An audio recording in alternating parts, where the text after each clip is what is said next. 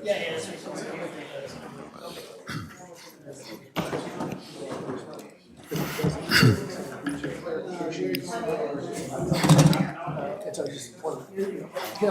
minutes fast.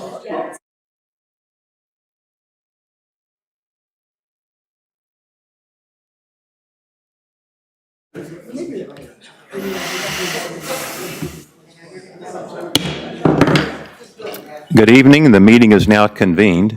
It is 5 p.m. on Tuesday, July 21st, 2026. A quorum of the board is present in the room in accordance with Texas Open Meetings Act, Texas Government Code, Chapter 551. They are Bobby Adier, Frost Prelo, Luis Galindo, Rosa Maria Verdeja, Tennessee Walker, and Lori George is going to zoom in on video. I don't see that she's here yet. And Courtney Lewis is running a little late, but with their absence, we still have a quorum. The time is now 5:01 p.m. on Tuesday, July 21st, 2026. We'll now recess and reconvene for executive session as authorized by Chapter 551 of the Texas Government Code under Sections 551, 071, 072, 074, and 076.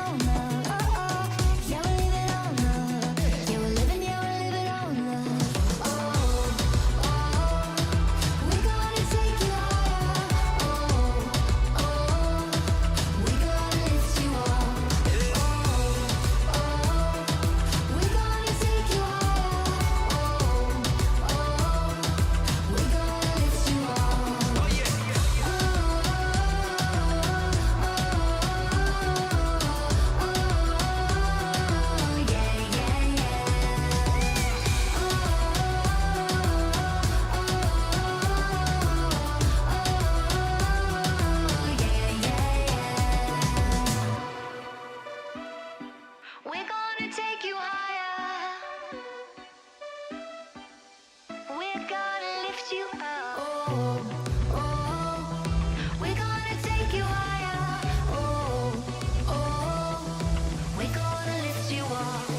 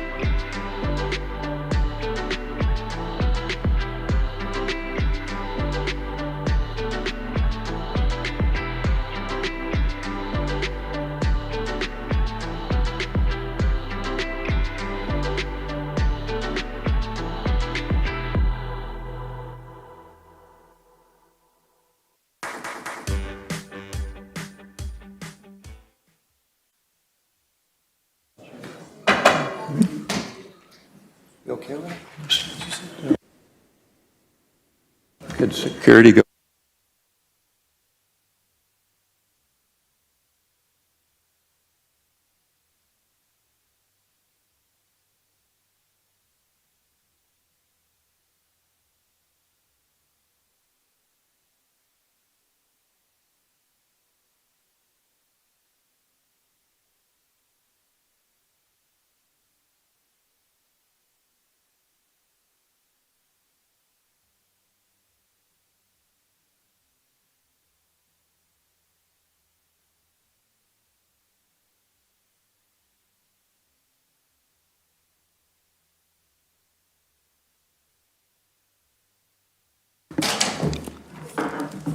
In accordance with the Open Meetings Act, the board opened the meeting at 5 p.m. with a quorum present, recessed open session, convened executive session, adjourned executive session, and now reconvened open session at 6:08 p.m. with a quorum present.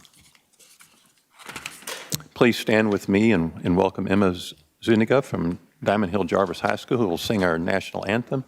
And after that, we'll pledge allegiance to the United States flag and the flag of the state of Texas.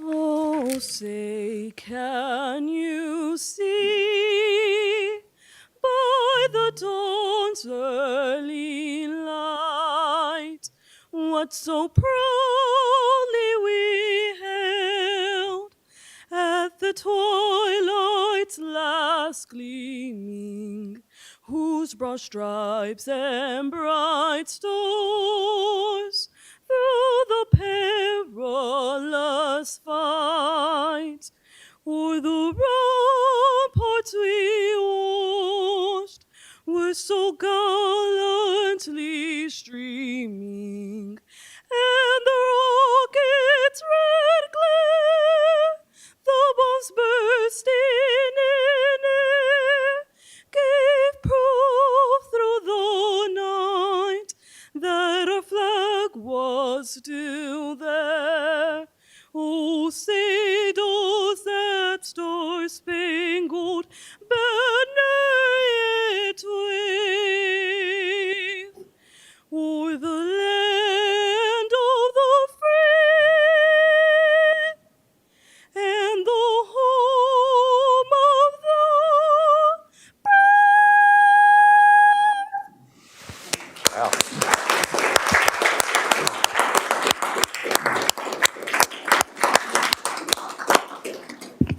Please join us in the pledge.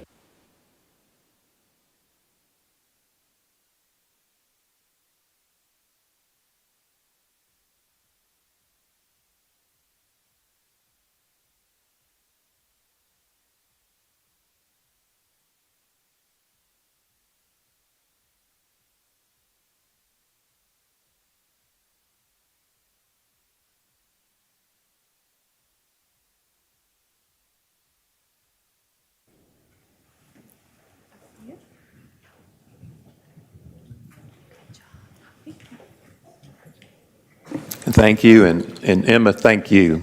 Magnificent performance. Goosebumps. Thank you.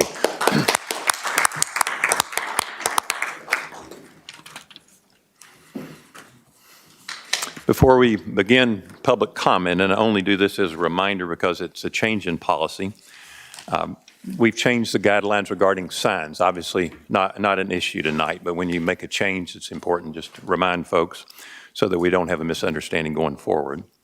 Signs will be permitted in the boardroom only if they comply with the district's updated posted meeting guidelines. Signs must be handheld, may not exceed 11 by 17 inches, and may not be attached to poles, sticks, or other supports. Signs may not obstruct anyone's view, block aisles, entrance, exits, or safety equipment, create a safety concern, or disrupt the orderly conduct of the meeting. If a sign does not comply with these guidelines, we would ask that it be removed. Thank everybody for complying with that existing protocol. Our next agenda item is public comment. We truly value public comment and thank all of you for turning out on a weekday evening to share your views with us. Before hearing public comment, I want to share a brief reminder of our processes and expectations. To ensure everyone has a fair opportunity to speak, public comment is conducted in accordance with the Fort Worth ISD Board policy and the Texas Open Meetings Act and must be managed in an orderly and consistent manner. Speakers must sign up in advance through our determined process. You'll be called in order and will have up to 3 minutes to speak. Presiding officer may make adjustments when needed to manage time and ensure everyone is heard. At regular meetings, such as we have tonight, speakers may address any topic. At special meetings, comments are limited to items on the posted agenda. The board listens to all public comments, but we do not engage in discussion during this portion of the meeting. When appropriate, responses are limited to factual information or existing policy. We ask that speakers be mindful of student privacy and refrain from identifying students by name, as student information is protected by law. However, a parent or guardian may identify their own child if they choose. Speakers are also encouraged to avoid naming individual employees or volunteers and instead address concerns at the campus, program, or district level where appropriate. We also ask that concerns about individual employees or students or other confidential matters be directed through the appropriate district processes rather than during public comment, as those procedures are designed to ensure concerns are handled appropriately and fairly. Please respect the procedures in place as well as other speakers and audience members, and conclude your remarks promptly when your 3 minutes have expired. Just ask that everyone accord every speaker the duty of respect that all of us would expect for ourselves. Okay,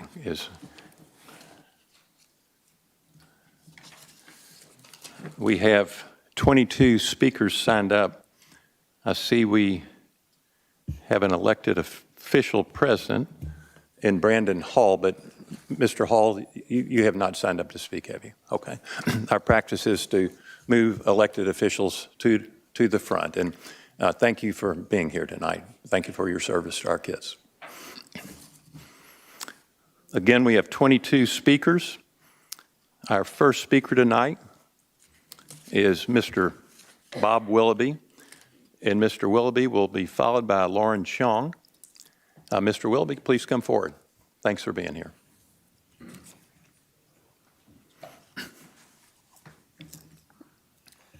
Well, I've been complimenting you a lot, but the honeymoon might be over with now. I've got an issue that's been going on with this ISD for over several years. One is not getting return calls.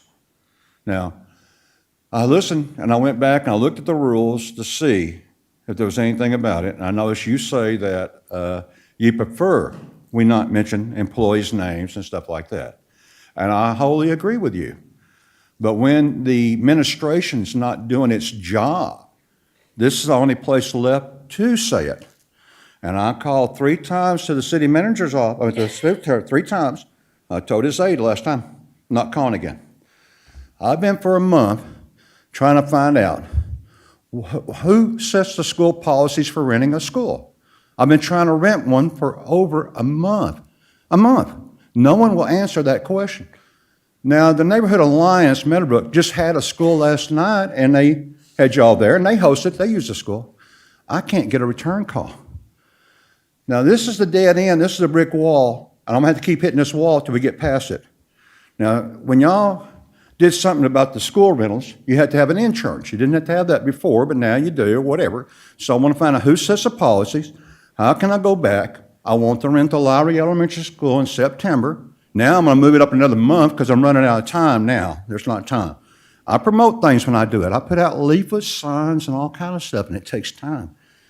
Mike Nottingham will not return calls, and he's done this in the past, and he don't answer, and I've got plenty of recordings with Mike. I will put them out publicly on Facebook and everywhere. And you know what? The employees that work for the government should be held to the same standard as the private market. Now, I used to thought employees for our government here locally and stuff would be held to a higher standard than the private. They're not. They're lower is what I find out. When someone like Mike that makes over $128,000 a year and can't return a phone call, that's disrespectful.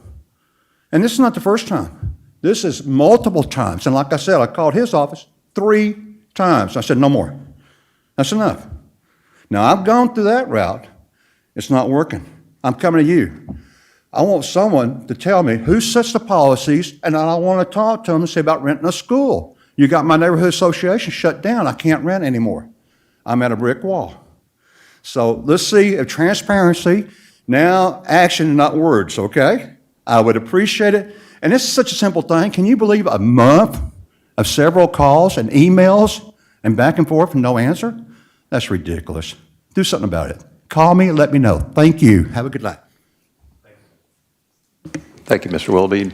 Dr. Licata, would you? Mr. Willoughby, well, I'm not sure how your messages not got to whomever, but I have my COO and my chief of staff that'll gladly talk to you and resolve anything you need at this time. Right now? Yeah, right now. Which one?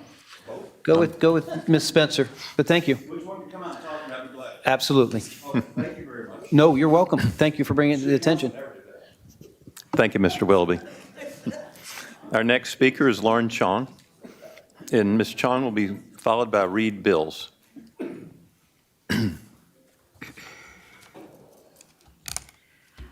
I'm Lauren Chong, the parent of 2 Fort Worth ISD students, and I want to thank you for the opportunity to speak today.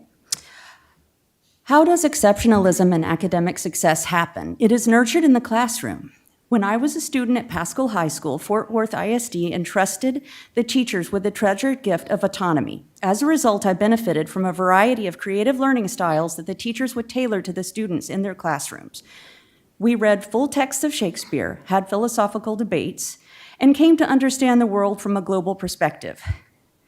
These were just a few of the intangible benefits of my Fort Worth ISD education in the 90s, but tremendous creativity on the part of the teachers was at the root of it all. The teachers I had in Fort Worth ISD opened the door to my future, and to my astonishment, I walked into an Ivy League education. A few years before me, Taylor Sheridan, and a self-described theater kid, would graduate from Pascal and go on to conquer Hollywood.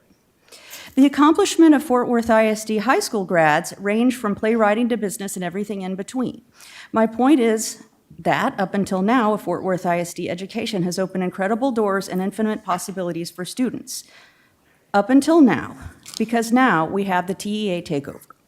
Our talented students can, of course, still achieve success, but I feel that it would be in spite of, not because of the TEA takeover. Since the TEA takeover, we have witnessed the untimely ousting of our wonderful, duly elected school board members, the dismissal of Dr. Karen Molinar, and, according to the Dallas Morning News, the exodus of 800 beloved teachers across the district. The TEA takeover has established an atmosphere of fear, demoralizing teachers, parents, students, and administrators. This draconian micromanagement is going to choke every ounce of creative energy and drive out of our beloved teachers and who make academic success possible. The TEA takeover is an innovation and creativity killer. My Fort Worth ISD high school student shared a list with me of problems with the TEA takeover. It's unfair to students because students cannot have needed breaks during long classroom sessions. Students are restricted from the many freedoms they previously had, such as off-campus lunch and free time during class. Many learning methods that would be considered more fun are no longer allowed. She says it's unfair to teachers because teachers are forced to limit their decorations and self-expression in the classroom, making the spaces less inviting and fun. She lists unreasonably strict rules, such as needing to keep lights at highest possible brightness and maintaining fluid seating. Teachers are constantly at risk of termination, and many have already been out of a job for unjustifiable reasons. And finally, teachers are unable to sit or grade work during class because they must aggressively monitor students, which creates more work for them after school hours. Thank you. Thank you, Ms. Chong. Our next speaker is Reed Bills, and Ms. Bills will be followed by Ambika Sharma.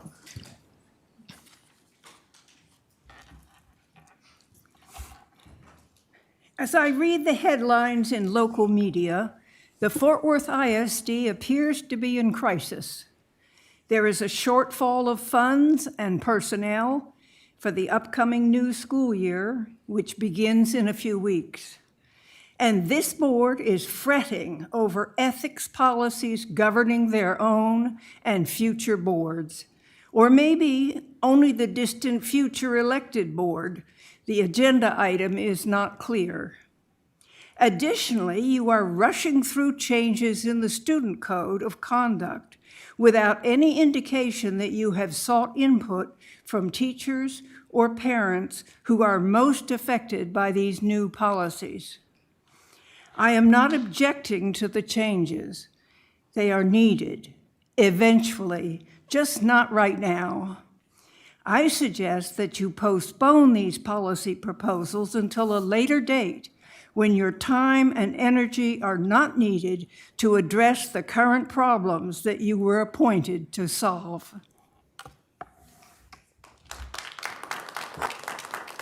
Thank you, Ms. Bills. Ms. Sharma, and Ms. Sharma will be followed by Gordon Appleman. Good evening. I recently read Fourth ISD's response in Shema Al-Zubi's lawsuit.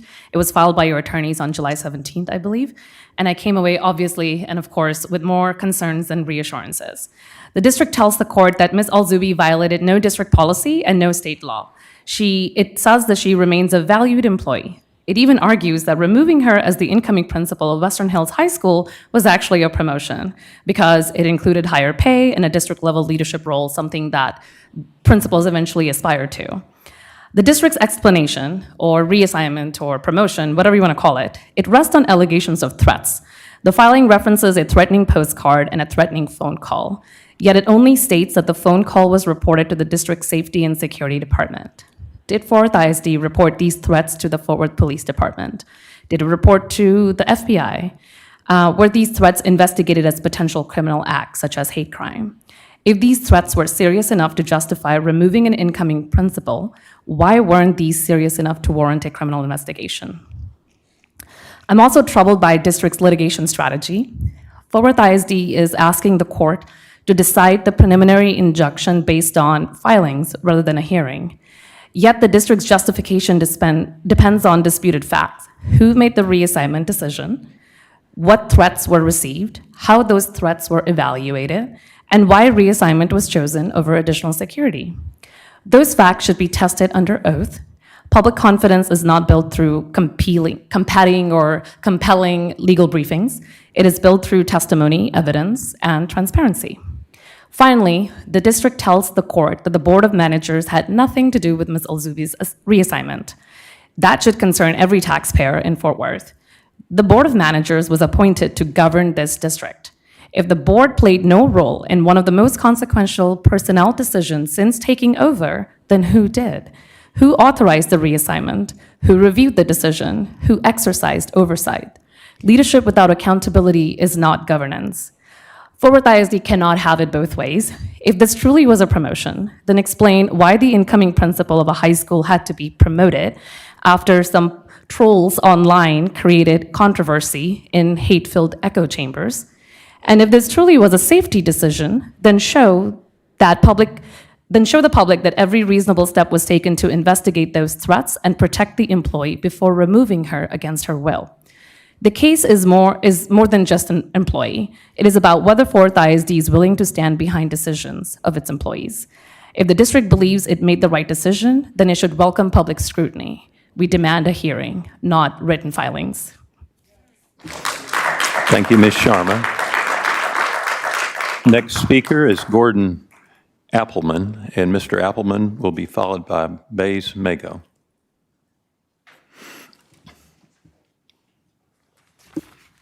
Good evening. My name's Gordon Appleman. I want to express my appreciation to some responses that I have gotten to some of my emails. However, multiple questions remain about the new RFP for the 7 tracks adjoining Farrington Field. It seems that several actions that could have been taken before receipt of responses have not occurred. Without them, how will the district analyze which, if any, proposals to approve, and on what terms? The RFP number 2 response date is July 24th, this Friday. How many proposals have been received? Was RFP 2 motivated, as stated, by a sudden impulse for transparency, or by the few responses to RFP 1. Examples of some open questions follow. If the answers are no, why not? Have the title opinions on the tracks been obtained? Have the tracks been appraised? Have any efforts been made to identify other sources of funds to repair Farrington Field? For example, the fund reserve, a capital campaign, TIF funds. Have you talked about alternatives with knowledgeable people who are willing to help? Some have self-identified and others have been suggested. Savings from school closures. The 20267 budget just adopted has a $49 million deficit. Are Nash school sales proceeds dedicated to repair? Year-round programming like in Mansfield, which just opened a new stadium. Stadium repair costs have ranged from $26 million in 2022 to $55 or so million now. But when I asked for a written report, I was told that there is none. Why was the sports-anchored criteria for the 7 tracks removed from RFP 2? Why is a data center not prohibited in this area? If these questions have been answered, they have not made it into the district's new transparency regime. At the Pascal High listening session, it was stated that a transcript of the comments would be posted on the district website. If it has, I have been unable to locate it. Is this project going to be subject to a mandatory Mike Morath script like the curriculum? And even if a sale of Farrington and Billingsley is not contemplated, development of the adjoining projects could merely materially adversely affect the use of Farrington. Thank you, Mr. Field and Appleman. Billingsley Field House. Our next speaker is Bays Mago. And Mr. Mago will be followed by Rita McWaters.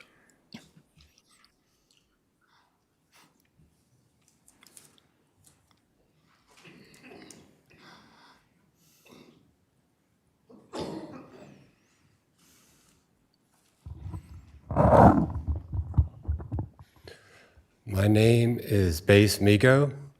Today I sent the board an email about my speech. I hope you were able to get it.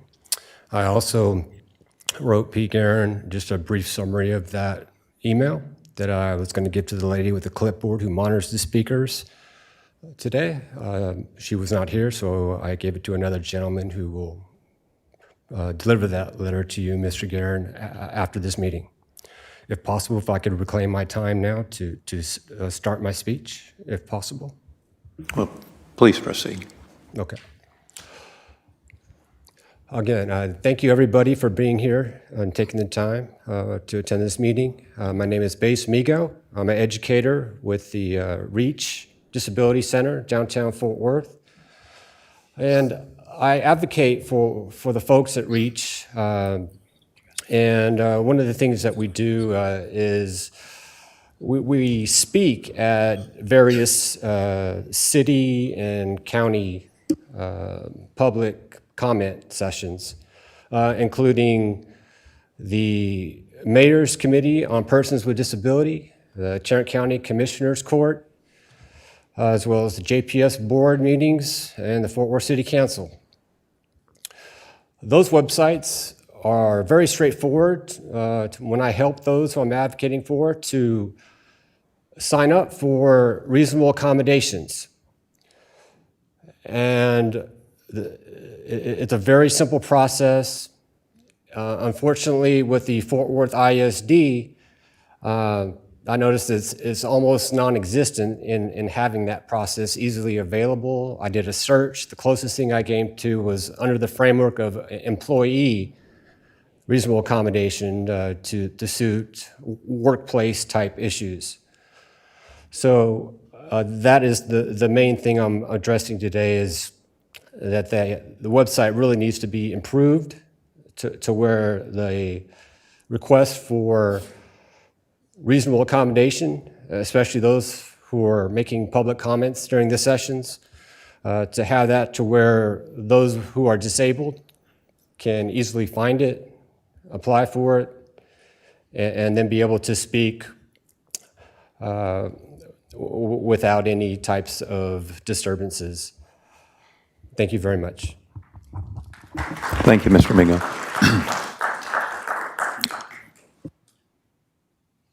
Sure. Dr. Licata would like to speak to that.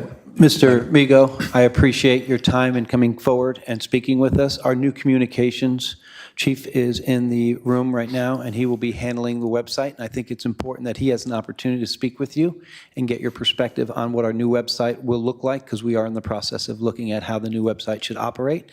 And I really would appreciate your perspectives on what it's like to navigate. And as we go through these contracts and look at it, it's an invaluable opportunity for us to take advantage of your perspectives. So thank you very, very much. Thank you, Dr. Licata. Our next speaker is Rita McWaters, and Ms. McWaters will be followed by Sabrina Ball.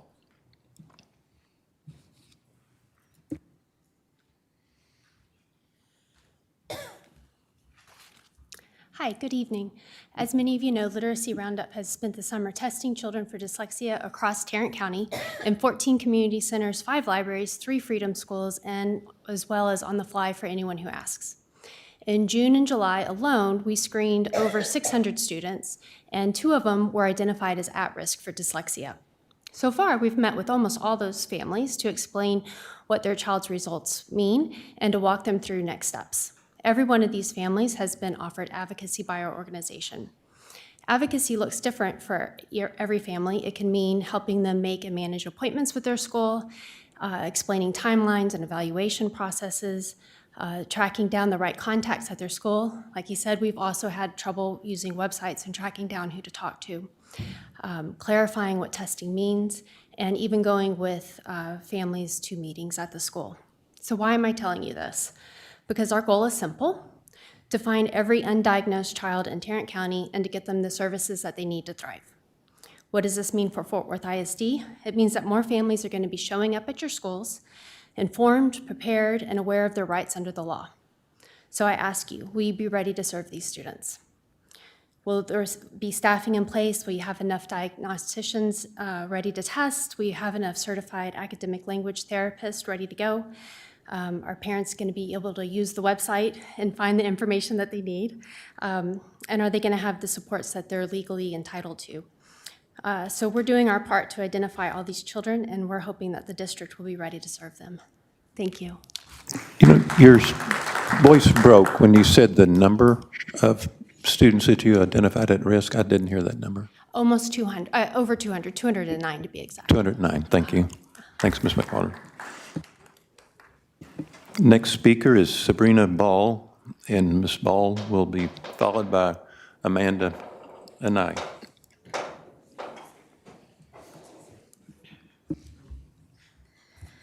At the last meeting, Dr. Licata repeated, "We're going to do what's best for kids, not adults."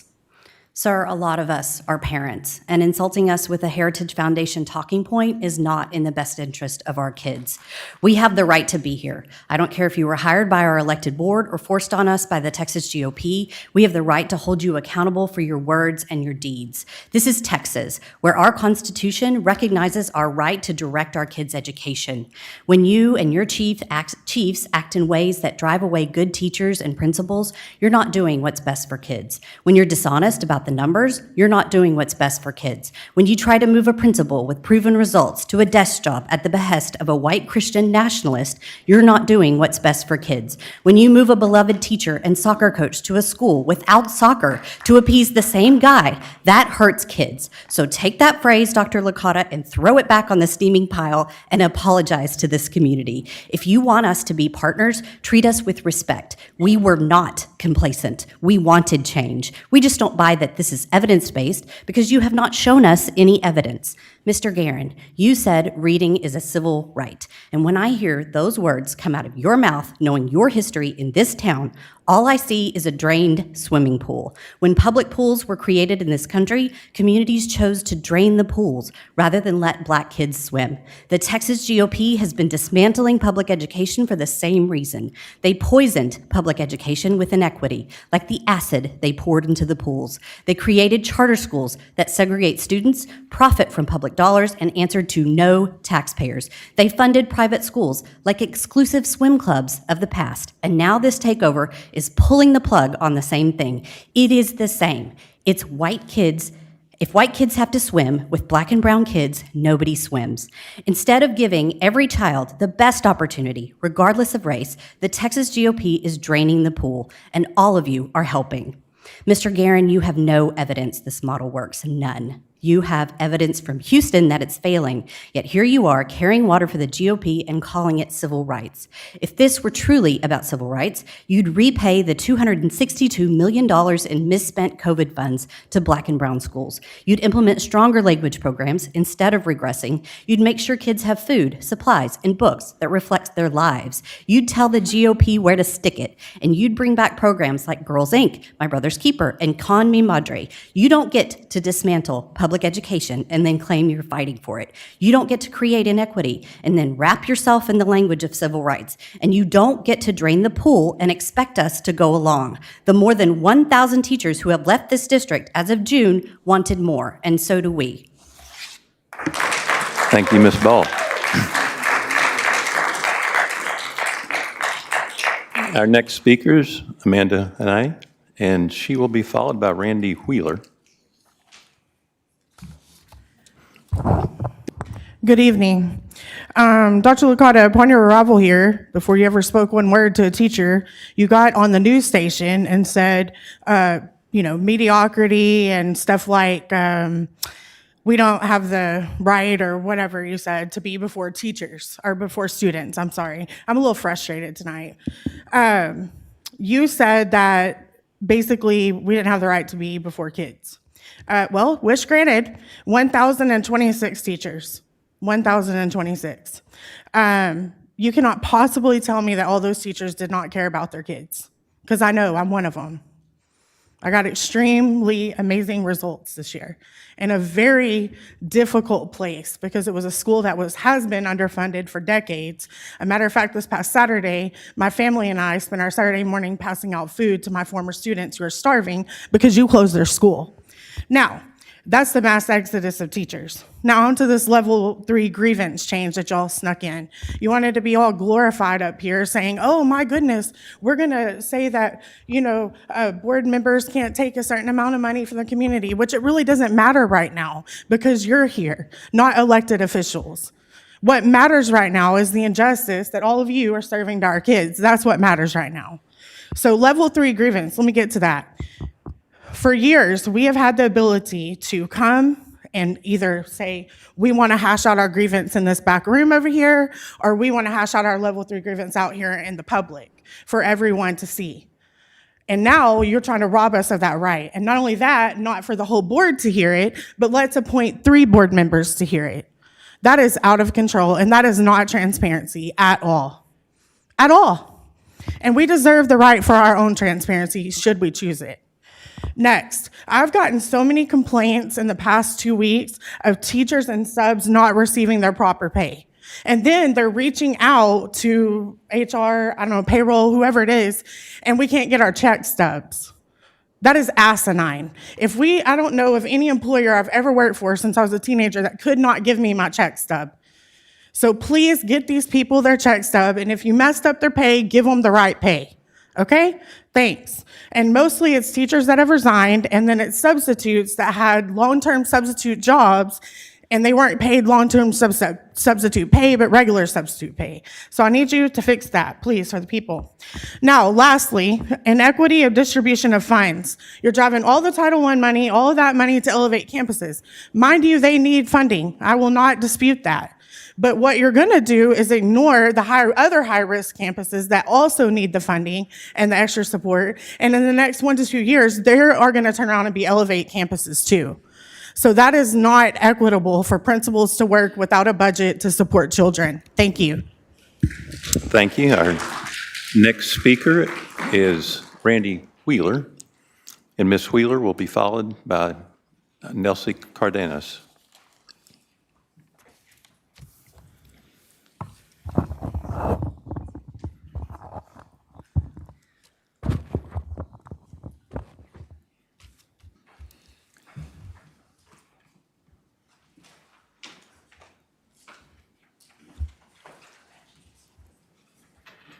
Do you have everything you need? I do. I just don't want to interrupt. Please this. proceed. Are you sure? I'm sure, yeah, please Okay. proceed. I want to make sure you guys are. It's hard to like text and, listen and talk all at the same time. So, I don't think that's fair. No, Can I get my 3 minutes back, please? please proceed. Well, okay, thank you. So here we stand again, talking about another misstep under our takeover. While our intuition has told us that there's been truths spoken in private meetings with falsehoods told here in public, private has now become public. Leadership styles rooted in intimidation and fear do not build strong school systems. They drive people away, and we have watched highly qualified educators leave the district in unprecedented numbers, while others have chosen not to come here at all. We've seen hiring fairs after hiring fairs. We have had 5% raises, and we've seen them do no good to attract talent because the organizational culture and reputation of Fort Worth ISD right now is hostile. When the community asked months ago, myself included, many of these people here, for your plan to recruit and retain high-quality educators, which I believe is part of our 5-step plan, we were told a plan was being developed. I can't tell you what it is, but it is being developed. Well, today, with less than 10 days left before teachers are supposed to return, campuses are still working to fill those classrooms. In fact, we heard from a private meeting that it was an emergency. If there's a comprehensive plan, we deserve to hear about it today. Today. When this community warned you that investigating, removing, and reassigning respected educators would send a message far beyond one campus, these are the consequences. The message many educators heard was that they would become the next target. People do not choose to work where they believe they can become the next headline. Instead of listening, the board continued to approve these actions. Our children will live with the consequences. Our remaining educators will be asked to carry even heavier burdens, and our community will feel this effect. Now, the community is not asking for perfect news, which I think has been what we've been given. What we are asking for is honest news. So what we need is for you guys to continue your unanimous voting record, and we need you to put it to good use. Will you each commit tonight to holding the district responsible for publishing weekly staffing dashboard through our first grading period that shows by campus the number of classroom teacher vacancies, long-term subs, and uncertified teachers of record? I have 45 seconds, I don't mind. I would like to know. I'll email later. Thanks, Ms. Wheeler. Our next speaker is Nelsie Cardenas, and she'll be followed by Nydia Cardenas. Good evening. I've worked in education for more than 20 years, and I learned to categorize people into 2 categories: those for kids and those against kids. In June of 2019, the Fort Worth ISD board voted 8-0 to terminate an English teacher at Carter Riverside High School following a series of public tweets she sent to Trump intended to be private, asking him to remove the illegals. She had a history of mistreating students and making derogatory comments towards them. She referred to a student as white bread. When a student asked to go to the restroom, the teacher asked, "Show me your papers. You are illegal," in the classroom. The teacher filed appeals, including one to TEA. Mike Morath ruled that the teacher's tweet was protected by the First Amendment, and that the teacher was entitled to either her job back with back pay and benefits, or 1 year's salary. Thankfully, our school board continued through all the legal procedures necessary to continue to stand up for the kids and our community and win the case in court. Mike Morath wanted the district to put a teacher who hurt kids back in the classroom. That is definitely against kids. Mike Morath brought you here, so you started in the against kids team. Sadly, you have remained there. You have voted for so many things that go against kids. And since I only have a few minutes, I'm only going to highlight a few. On April 14th, you voted to delay ADSY, not realizing that would leave some kids without access to food this summer. On April 28th, including in all the people you fired speech-language pathology assistants who provided therapy to over 1,000 students. And then on June 21st, you put SLP assistants in the possible positions to hire from a contract company. You fired the ones that worked here and were doing a good job and cared for our students. And now you're going to pay a contract company more money for SLP assistants. Clearly against kids and spending more of our money, which you keep saying we don't have. In May, you promoted Mrs. Lulby to principal at Western Hills, and then you reassigned her for no valid reason. She didn't get to her students' graduation and is still not reinstated. Again, against kids. Having new teachers and uncertified teachers and so many new administrators is just chaos, and that is what your decisions have led to. Since you started, you have voted yes to so many things, and I haven't seen one of you take responsibility for the consequences of your yeses and your nos, which there hasn't been any nos, so of your yeses. The elected board made some great decisions, like firing a teacher who hurting kids, and others that weren't so great. But you know the difference? They were held accountable for their decisions, and you are not. Thank you. Next speaker, Lydia Cardenas, followed by, I'm sorry, there's a hole punch in the first name, but surname Merrifield, Casey Merrifield. I proudly follow my sister. She's led the way in many times in our lives, and clearly we both care deeply about public education because it shaped us and gave us opportunities. Oh, this mic is funny. It should be lowered. Okay, I was saying that I'm proud to follow my sister, and I agree with everything that she said. But I'm actually here to talk about what I think is a real crisis in all of our government entities in Tarrant County, which is a crisis of listening. I feel like what's happening both in the county and the city council and in this board of managers is that you would rather us not be showing up. And maybe you're trying to solve the problem of, I saw there's an adjustment to the public comment that talks about, you know, if somebody starts yelling or disrupting. And I think you're trying to solve the problem of how do we get people to stop yelling or coming to these meetings, the same people, right? And maybe you practice empathy, and I brought prompts because I actually teach listening. I've been doing it for 10 years now. And this is well, shout out to the Wellman Project, so I made these. This is a hammer because problem solving, you know, that's one type of listening where you just identify the surface of the problem and then you just try to bang in a solution, right? And then maybe you listen with empathy because some of you are community members who actually care about what's going on. I'm gonna give you the benefit of the doubt that you all are. But sometimes when you're listening, you start making it about yourself. Well, I care about kids too. I'm here because I care about kids. And you stop practicing curiosity for the people who are actually coming up here and expressing their concerns, maybe in ways that don't feel good to you, but that are very profound. So you're sort of absorbing other people's energy, and this is a clothespin where you're attaching yourself to someone else's story, and it stops being about them. But really, what you need to be practicing, because you're overseeing the most critical thing that we have in our community, which is our public education. And what does generative listening look like? So that means you should actually think of the people who are coming here all the time. Every time somebody's up here, they're the smartest person in the room. What do you have to learn from them? And I think instead, it's very performative. I went to one of the listening sessions. I thought the questions, I'm happy to offer suggestions on how to ask better questions because that's part of good listening. And there was no way for you to actually practice curiosity with the people who were showing up and offering their initial answers to the question. And from doing listening training for 10 years, I know that the first problem that comes up is rarely the actual problem. It's just the thing you see on the surface, but there's a whole bunch of things when you start practicing reverence and curiosity for what's going on. And I think, you know, in the listening sessions, maybe you saw some of the same people show up to many of them. Why? Because they care deeply.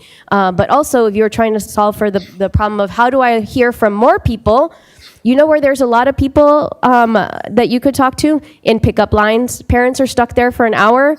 Go knock on their window, go hear directly from more parents across all the schools and see how they're feeling about what's going on. Take some people who speak multiple languages so we can address the diversity of our community. But I just invite you to think about how you're listening, because I think you're doing a really poor job, because if you were actually listening, then we'd see some change in the decisions that you're making. Thank you. Is our timer stuck on 2 seconds? Is there some reason it stops there and we don't get the sound? That's happened to the last two speakers. Normally we have a chime when it gets. Zoom Live. Okay, all right. I say it's live Zoom, so all right, I'll have to watch the clock. Can't count on the chime. Next speaker, Casey Mayfield, and Casey Mayfield will be followed by Karen Perry. Okay, hello. I'm just here to reiterate some of the concerns that we've been hearing broadly from the community. It seems outwardly like you're taking steps to listen to the people when they come to speak, but I want to know what you plan to do with the many concerns that you've already received. What will be the outcomes of the community listening sessions? Which issues have been identified? How will they be addressed, and on what timeline? You listed limitations to the response at the start, that it's restricted to existing policies or factual information, so I'm going to try to frame my question to that specification. What piece of factual information do you have already about the publication that was supposed to address some of these questions already? Why has it been delayed?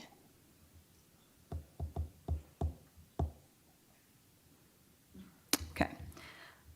These should be publicly published results available to the community. They should also specifically address concerns in your plan of action to resolve them. If they won't be resolved, an explanation as to why is essential. Additionally, very important, empty listening does nothing. Will your publications include explicit plans to resolve community concerns? Do you have any factual information or a current plan for your publications to include specific and explicit actions to resolve the issues you've heard?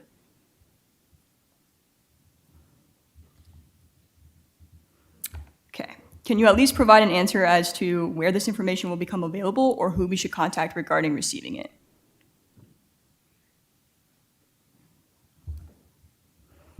Okay, with my remaining time, I'd like to touch on teacher resignations and the lack of input and support it seems like you're getting from educators. I know that turnover is a normal part of an employment cycle, but this is clearly on a different level. Teachers have been vocal that they are not feeling supported or listened to. On top of that, we've heard countless complaints regarding the level of micromanagement and rigidity of teaching practices in the classroom. Clearly, there are a number of issues with the testing practices as well. We've heard several accounts of that. It seems that teachers do not have enough freedom or support, and they've already made this clear. If you're truly committed to being more accountable and open to discussion, you need to follow through with your educators too. You need to start by listening to the ones who are already here telling you what they need. Additionally, you should conduct parallel outreach specific to your teaching community. If you want to keep them here, listen to what they have to say, find their issues, and develop a plan that actually addresses them. Do not continue to sweep things under the rug or distract with other policy changes. The first step to stop driving out your educators is to listen to their issues and everything they're encountering in the classroom, make adjustments to resolve them. You all have the power to do that. You're responsible for these outcomes and removing the limitations that our teachers are facing. Many changes have been made. Many people have expressed their frustration with the effects of the changes. We need explanations as to why. There's no data supporting the efficacy of the changes to curriculum, teaching, testing, and policy, and why they would be implementing them in Fort Worth. Pardon me, your time has expired. Of course. Do you have any responses to where that information will be made available? Next speaker, please. I will speak to the general question of the listening sessions, and later tonight on the agenda, we'll have a full discussion and explain the purpose of the listening sessions and the process we're going to take, including the listening sessions that are going to take us to goals and guardrails. But that'll be discussed in great detail later this evening. For the record, and I'll speak about it later, all the questions and statements and comments are on the front page, linked on the front web page of our district. as Dr. Kushner is showing Casey with those great questions. It is listed. It is a transparent site. You can submit your questions, and we will get to you within a week. I do not know of any other school district that does that. So please feel free to submit your questions. They have been answered. We give about a week, but sometimes earlier, and you can get everything from those listening sessions as well as other questions on the front page of our webpage in the top right corner. So it's up there. I ask you to access it and put your questions in because it is there and it's been there for about a week or two. Next speaker is Karen Perry, and Ms. Perry will be followed by Ben Darling.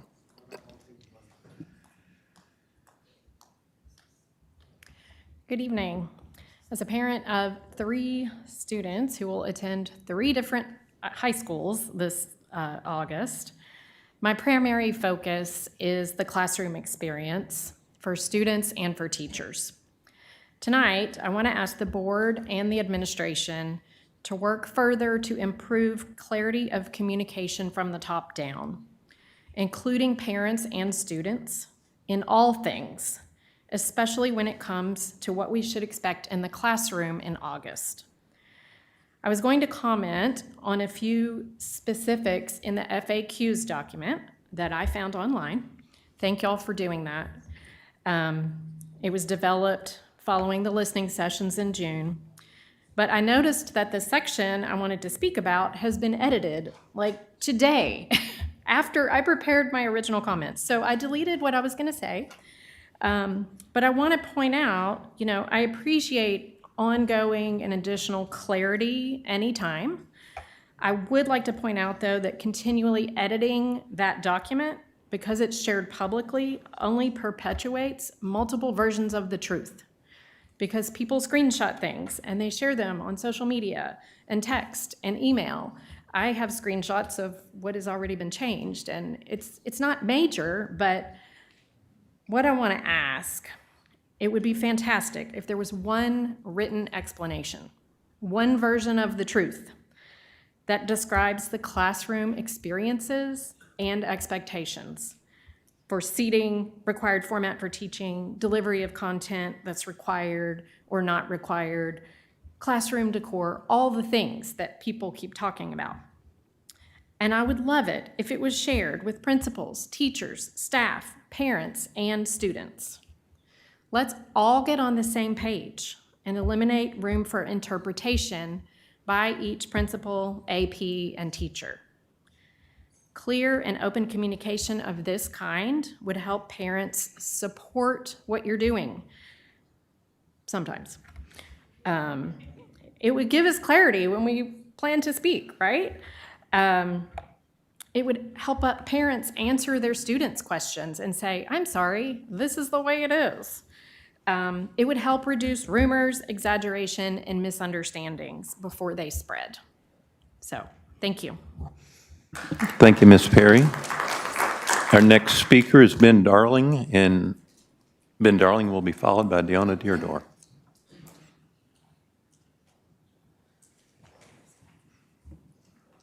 Is Ben Darling present? All right, the next speaker is Deanna Deardorff, who will be followed by Elena Montalvo.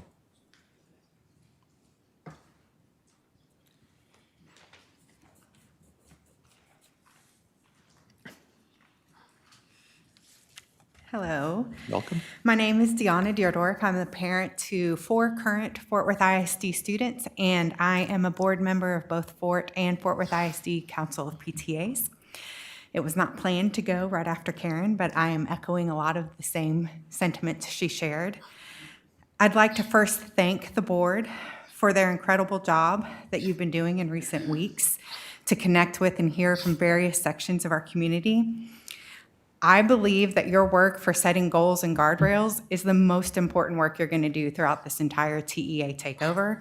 And I'm really heartened to see that you guys believe the same and that you're actually trying to prioritize input from the community in that process.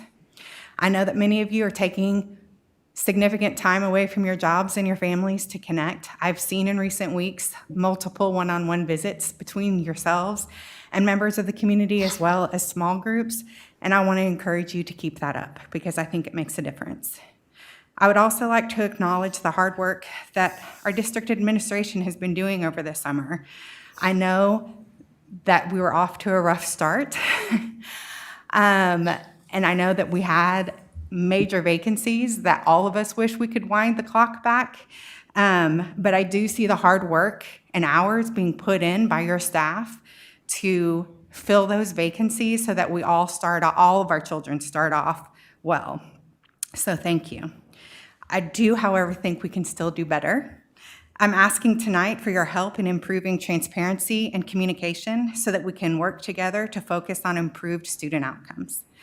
For example, many of the things that were just discussed, concerns about what personal items a teacher is allowed in the classroom, is easily solved when a clear, unambiguous message is sent to everyone about what is and is not allowed in the classroom.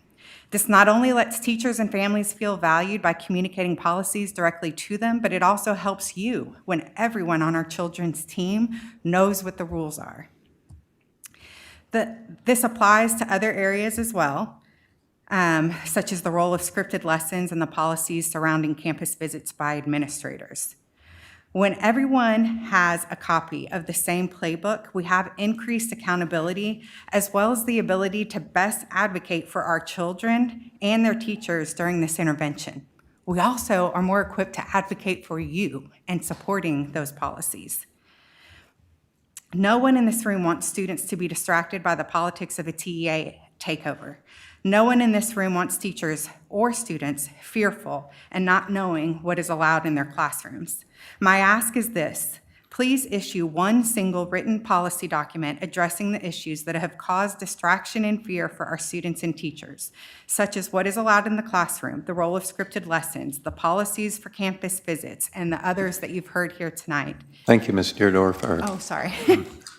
Our little chime has gone away, and Okay. I apologize, Thank you. but thank you very much for your comments. Our next speaker is Elena Montalvo, and Ms. Montalvo will be followed by Mindia Whittier.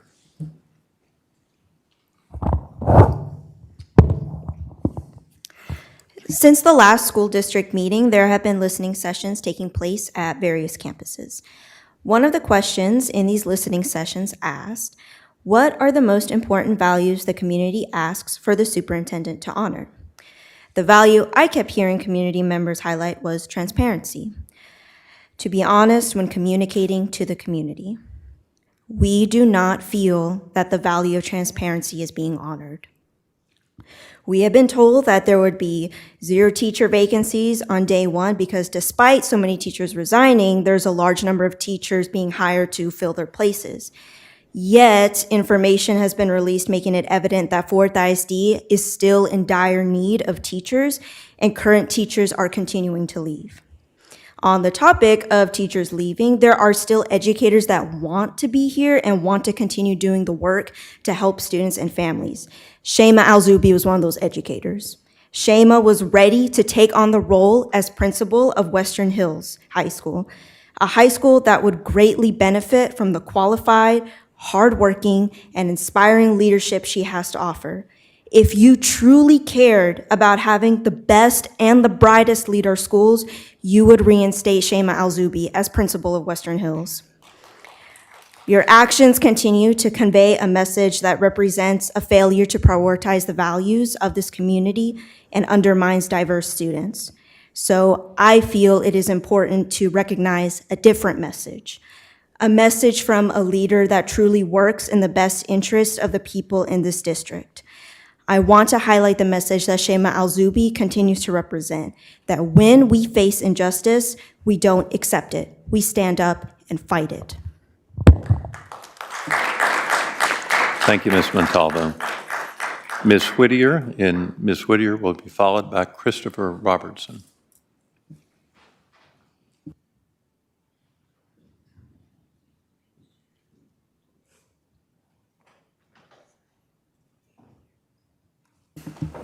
Welcome. Last week, Fort Worth ISD admitted in court that Ms. Shema Al-Zubi's social media posts did not violate district policy. I repeat, Fort Worth ISD's Office of Professional Standards found Ms. Alzubi's personal social media posts did not violate district standards. School starts in less than 3 weeks. An investigation has found Ms. Alzubi's conduct to be in compliance with district policy, yet Fort Worth ISD is still capitulating to the baseless attack by a right-wing extremist seeking social media engagement that he can monetize. By refusing to restore Ms. Alzubi to the position that she earned, was offered, and accepted, you have sent a message to every bigot that Fort Worth ISD answers to them. And this is not about school safety. I've had children in this district for 16 years. School threats have become almost a weekly occurrence. The district has never responded by implementing staff transfers to safety threats. That's not how you handle safety threats. Rather, you implement the established protocols to safeguard campus safety, and you neutralize the aggressor, not bow to them. At the last meeting, Mr. Guerin asked if we believe reading is a civil right. Well, freedom of speech is a civil right too. If you stand for civil rights, then you must always side with them, not just when it suits your narrative. The way to do that is to reinstate Ms. Alzubi immediately to the post she earned and is entitled to fulfill. And indeed, it's in your best interest to do so, since one of the reasons Ms. Alzubi got investigated for was the statement that Black Lives Matter. Do they? Do Black Lives Matter? Because Black students comprise 20% of Fort Worth ISD students. So if your rationale for improving literacy across the district is because reading is a civil right, then you darn well better hope that every single employee of this district believes Black Lives Matter. You won't succeed if they don't. There's a proverb that says, the best time to plant a tree was 20 years ago. The second best time is now. Likewise, the best time for Ms. Alzubi to assume her duties as principal of Western Hills High School was in May. The second best time is now. It's never too late to do the right thing. You've said that you stand on the side of children. Do you stand on the side of civil rights? Thank you, Ms. Whittier. Next speaker is Christopher Robertson, and Mr. Robertson will be followed by Frank Gaffney. Good evening, Board President, Board of Managers, Superintendent Licata, and members of Fort Worth ISD community. My name is Christopher Robertson, and I'm a proud student at Western Hills High School. I am also a community activist and advocate with CRN Associates. I am here tonight because I love my school and everything that it does for the students. Over the past year, Western Hills has experienced tremendous challenges. We watched dedicated teachers leave our campus, students transfer to other schools, and uncertainty become the new normal. These were not just vacancies on a spreadsheet. These were teachers who mentor students, teachers who stayed after school to help students succeed, and attended our games and performances when we needed them most.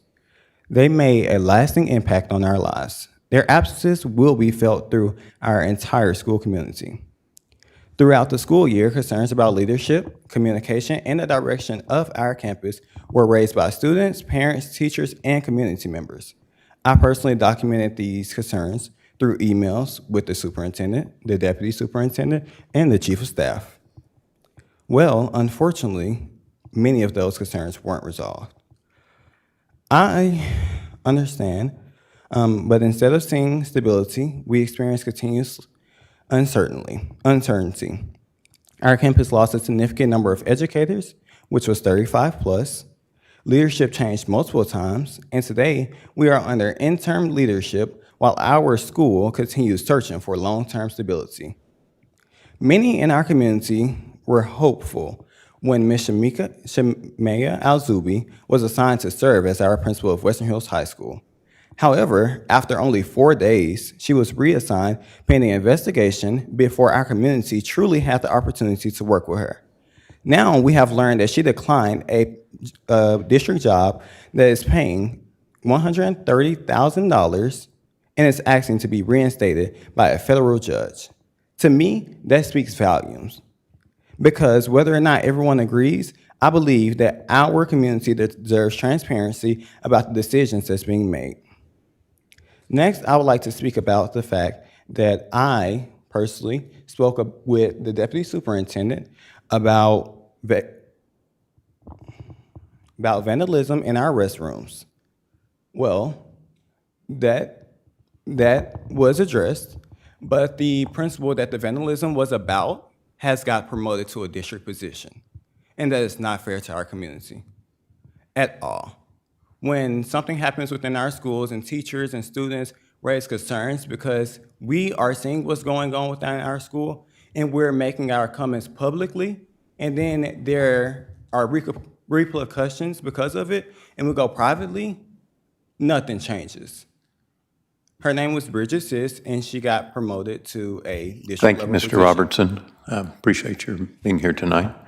Our next speaker is Frank Gaffney, and Mr. Gaffney will be followed by Trinace Dorsey Hollins. Good evening. A month ago, I addressed this board for the purpose of applauding your decision to reassign an individual who has posted, I respectfully suggest, profoundly troubling material on social media from the position of a principal of a 2,000-student high school in this school district. Shema Al-Zubi has the First Amendment right to espouse Palestinian calls for genocide of Jews in the code language of the phrase "from the river to the sea," or endorse the subversion of the Marxist Black Lives Matter movement, or dissemble about the seditious totalitarian Islamic strategy for conquest, known as Sharia. You are not depriving her of the latitude to hold such extreme views or even to state them publicly. You are simply exercising your duty of care to minimize her ability to exploit a leadership role in this school system to encourage, if only by her example, impressionable young people unquestioningly to believe those views should be embraced by them as well. I've been here for 3 different meetings in which you have been subjected to harsh and often disrespectful attacks on your conduct. Seemingly, those speakers see nothing wrong with Dr. Al-Zubi's biases, and I think want to see them inculcated in the children of this school district.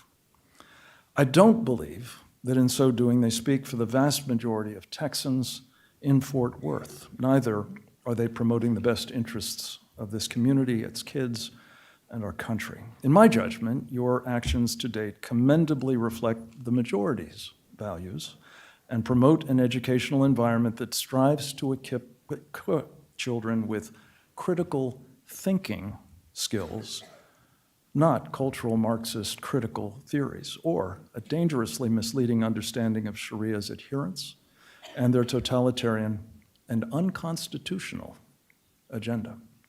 I urge you to stay the course by not only excluding Shema Al-Zubi from positions of leadership and undue influence, but by applying the same standard to others in the school system who are similarly disposed. Thank you. Thank you, Mr. Gaffney. Our next speaker is Trinace Dorsey Hollins, and Ms. Dorsey Hollins will be followed by Alexander Montalvo. Good afternoon. Just want to start by saying I support Ms. Al-Zubi.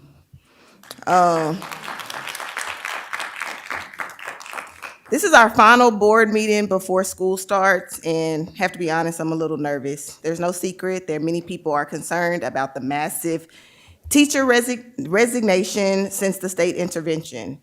I'm pretty sure that most people knew that teacher resignation and turnover would happen as a result of the state intervening, but with more than a 50% increase from the previous year, tipping us at over 1,000 is alarming.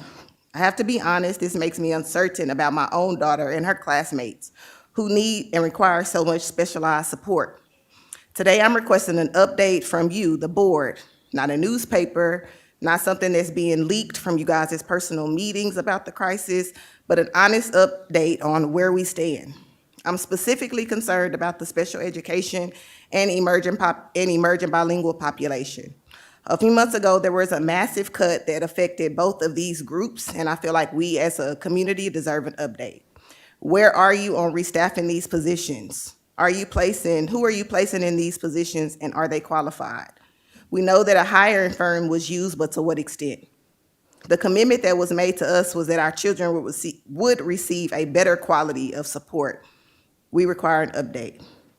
This year, my daughter will be going to the 2nd grade. She will be moved to yet another campus within the district. This is her 4th school that she's been moved to since she started. Again, she's only in 2nd grade. I never made a fuss about the building because to me, it's more about the building than the support that she's given. But given the climate that we're in right now, how can you guarantee that she's gonna be getting quality support? We require an update. Thank you, Ms. Dorsey Hollins. The next and last speaker is Alexander Montalvo.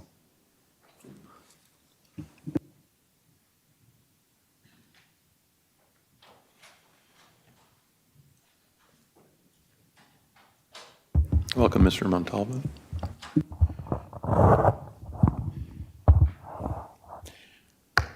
All right, so over 1,000 teachers have been removed from Fort Worth ISD, either by not being renewed contracts, resigning, whatever the case may be. Over 800 in the last 3 months under y'all's watch while you've been on the clock. And you want to be in community to say you're proud of what you're doing in this district. I know y'all get real sensitive when we come up here to speak to y'all. You want to cut mics. You want to get in your feelings about different things. But y'all are the ones who are impacting over 1,000 families because they no longer have Fort Worth ISD as a home.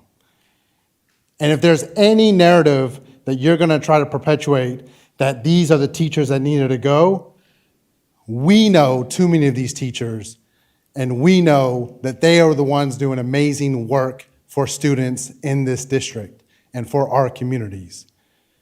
This is a failure and does not equate excellence.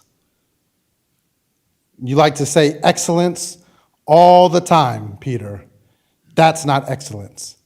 That is a failure. And when you gaslight us to say 0 teacher vacancies and every teacher will be certified, and your own staff is in y'all's meetings saying, he's got to stop saying that. He needs to stop saying that because that's not possible. We're in an emergency. The funniest thing about that recording was that he said it's nobody's fault. No, it's all y'all's fault. Y'all are the ones that have done this. You're the ones who chose to go into classrooms and try to bully teachers. You're the ones who decided to go into classrooms making students uncomfortable. And we know that it's not just teachers, it's families, it's students that are also leaving the district. And this is why this hostile takeover needs to continue to be called what it is. There is no negotiating with y'all or that y'all will fix anything. Y'all are clearly here to destroy public education. Pete Guerin sends plenty of money through Sid Richardson to help fund charter schools and everything else.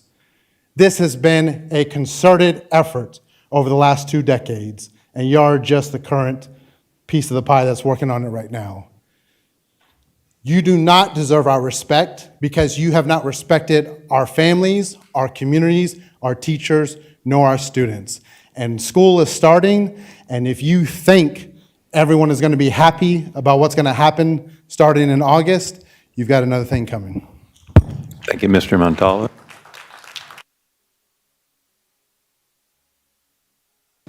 That concludes our hearing of speakers for this meeting. I want to thank all of you for sharing your time with us tonight.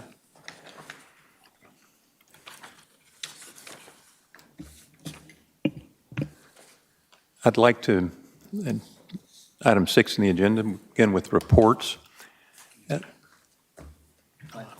not.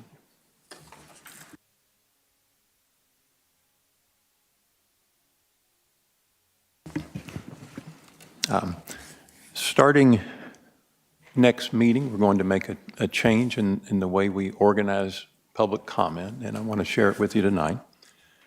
We value public comment, and we want to structure it in a way that is most constructive, and it supports the decision-making of this board.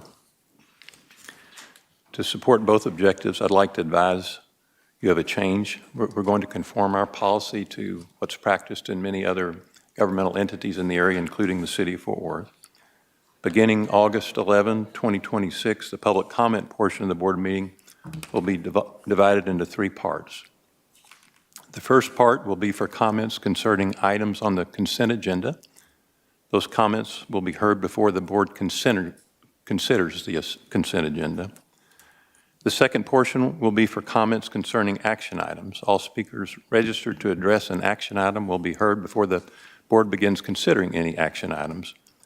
Public comment will not occur separately before each action item, but it will be all take place before we move to the action items on the agenda. The third portion will occur after the board has concluded its consideration of all action items. During that portion, the rules will remain the same as they are for public comment today. You may address any topic. A speaker who is registered for only one portion of public comment will receive 3 minutes. A speaker who is registered for more than one portion will receive up to 2 minutes during each portion for which he or she is registered. A speaker may sign up for all consent action items as well as public comment at the end. Registering to speak on more than one consent agenda item or more than one action item does not increase the speaker's allotted time for that portion of the meeting. The speaker, those changes will be put in place our next meeting. Now I will turn it over to Dr. Licata for the superintendent update report. Well, thank you very much, sir. I appreciate turning it over to me. Good evening, and thank you to our Board of Managers, our staff, our teachers, our principals, our parents, and our community for continued support during this important time in Fort Worth ISD. Tonight I want to share that just 4 months ago, into this transformation, we have already reached some significant milestones. I also want to do my best version of Paul Harvey. I'm sorry, most of you don't know who Paul Harvey is, but he's known for the rest of the story. When I arrived in our district, we were facing approximately 200 or more teacher vacancies, a number that had become all too common at the beginning of each school year over the past few years here, and remained throughout the year. Tonight, we are looking at about 20 teacher vacancies in our district. I'm going to emphasize that for those that spoke. 20 teacher vacancies in the district as we speak. It is our plan to not only meet that to 0, but add more so we don't have to rely on subs. This is an extraordinary accomplishment, and it belongs to our human capital team, our campus leaders, and everyone who has worked tirelessly to recruit outstanding educators. I also want to clarify something very important. We staff teachers based on the number of students we serve, not the number of buildings we operate. Sometimes people assume that discussions about facilities somehow mean fewer teachers. That is simply not how school staffing works. Our commitment is to ensure every student has an excellent teacher in every classroom. We've also reached another milestone that may not be visible, but it's just as important. Only a few months ago, it could take 30 to 40 days from the time an applicant applied for a position until they were fully cleared and able to begin work. Today, that timeline has been reduced to approximately 5 days, assuming all required steps are completed successfully for the first time. Significant time instead of teachers waiting to wait and wait and wait on whether they get approved. That is transformational. Great organizations are built on great systems and processes. Every improvement we make behind the scenes exists for one reason: to better support teaching and learning. Student achievement is our mission, and every department must exist to support the classroom. Tonight, you will hear this board discuss policies related to ethics in real estate. I want to thank our Board of Managers for focusing on doing business the right way, with transparency, integrity, and without outside interests, again, without outside interests influencing district decisions. Those are the kinds of governance practices that build public trust. Speaking of transparency, we have launched a transparency Q&A directly on the front page of our website. If you've heard a rumor, seen something on social media, or simply have questions about district operations, I encourage you to start there. This is unlike any district I've ever seen. Social media is not where truth is verified. We are committed to responding to questions within a week and often much sooner. Fort Worth ISD will provide answers directly, openly, and honestly. And based on a statement tonight, we will edit only after. We will not change what's written in there. You were out of the room, sir, but we will add to it so that it creates less confusion. I appreciate that. We are also developing our own district television studio and communication platform so we can tell our own story. Our students are accomplishing incredible things every day. Our teachers are changing lives in classrooms across the city. Our employees deserve to have those celebrated, and our community deserves to see outstanding work happening inside our schools. Everything you are seeing today is just the beginning of a complete organizational transformation. Yes, change is difficult. Yes, we've seen leadership transition. Yes, we've heard words like chaos used to describe our work, but I would offer a different perspective. What you're witnessing is the disciplined work of rebuilding systems that had been broken for many years. Years and years of students reading well below grade level. That is unacceptable. I never hear children mentioned about how poorly they were doing over the years. And that is our focus. We have exceptional people throughout this organization, and they are now being supported by clear expectations, stronger systems, and a relentless focus on our students. Tomorrow morning at 7:30 a.m., I have the privilege of welcoming every principal and assistant principal in Fort Worth ISD for a week of instructional and leadership development. Much that someone mentioned here tonight on what is expected in the classrooms, we are telling our principals and our assistant principals tomorrow for a week of training. The purpose is simple: to support teachers. Let me say that again. We will not blame teachers for the challenges this district has faced. Our responsibility as leaders is to support teachers, coach teachers, remove barriers from teachers, and stand beside teachers every single day. Our new leadership model expects principals and assistant principals to be in classrooms every day, not evaluating from a distance, but actively supporting instruction, providing coaching, solving problems, and ensuring every classroom has what it needs to be successful. That is how improvement happens. As we continue this transformation, we know there will be continued organizational challenges. Large systems don't change overnight, but this year's theme reminds us to stay focused, mission possible, and avoid mission creep. We cannot allow distractions, politics, rumors, competing agendas, or adult issues to pull us away from our primary purpose. Our mission is educating children. Everything else supports that mission. That is why our 5 pillars begin with student learning. It is why we have provided one of the largest percentage salary increases for our classroom teachers. It is why we have launched our Elevate campuses with unprecedented compensation for teachers and administrators willing to serve where they are needed most. It is why we've strengthened our regional instructional support so campuses can receive coaching instead of compliance. Everything points back to students. Finally, I want to speak directly to our parents and our community. Stay engaged, ask questions, come directly to us for answers, and don't rely on hearsay. We are committed to providing truthful answers, transparent information, and timely communication. If you hear something and want to know whether it's accurate, ask us first. You have a medium to do that, and that's on the website. We will always do our best to provide the answers. Fort Worth ISD has begun an incredible journey. We still have much work ahead, but tonight we can also recognize meaningful progress. The foundation is being built, the systems are changing, the culture is changing, and most importantly, opportunities for our students are changing. Thank you for your partnership, your trust, your commitment as we continue this important work together. Every student, every day, mission possible. Thank you, Dr. Licata. If I may. Yes. Appreciate the update on where we stand in terms of trying to approach zero teacher vacancies.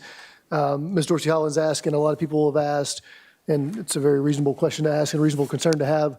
Can you give us, to close the loop there, an update on where we stand with speech-language pathologists, special education supports, and dual language hires? We have a few outstanding there, and I think it's fair for everybody to be on the same page where we are in trying to close that gap. Yeah, and I've heard that we want to post these publicly. I believe we should be posting these on the webpage as well so everyone can see, and it's public-facing.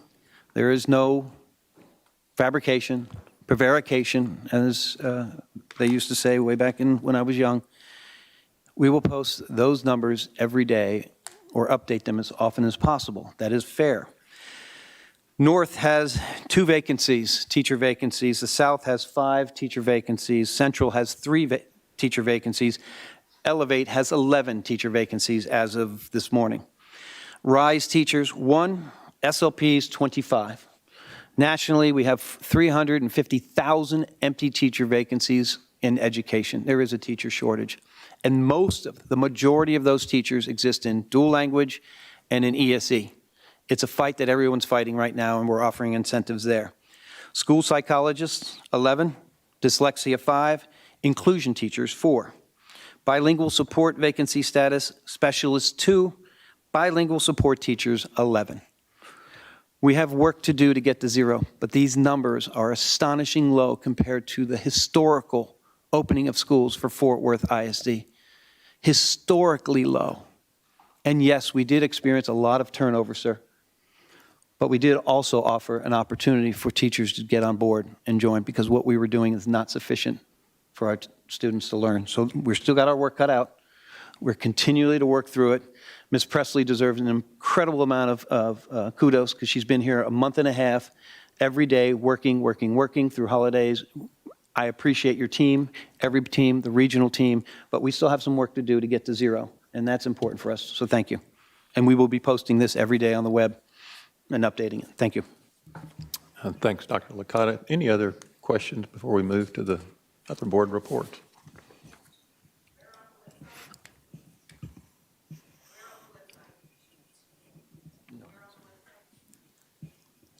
Well, we don't usually take it, but since I know you so well, and we've had breakfast and lunch together a couple times and a few meetings, we're going to post that on the, what do you think? We should put it on the HR website? On the HR website? So we'll start there with that.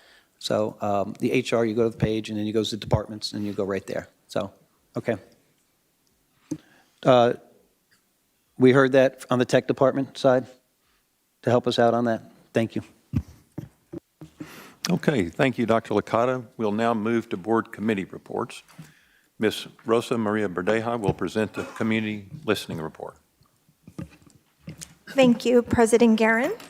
As you all may remember, last month, our board participated in a training session with AJ Krebel to begin the process of developing our goals and guardrails for the district.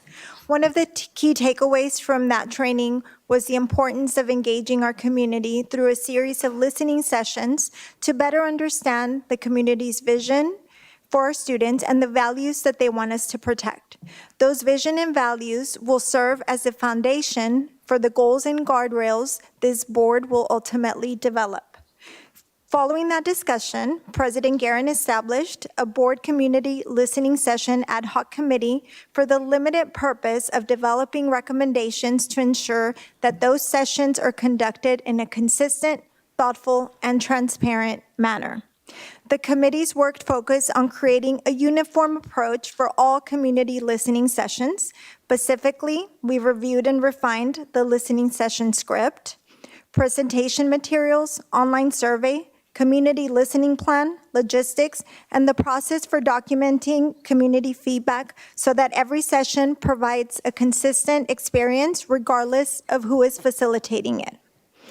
On behalf of the ad hoc committee, I submitted my recommendations to President Guerin, and then they were shared by Dr. Kushner with the entire board on July 17th.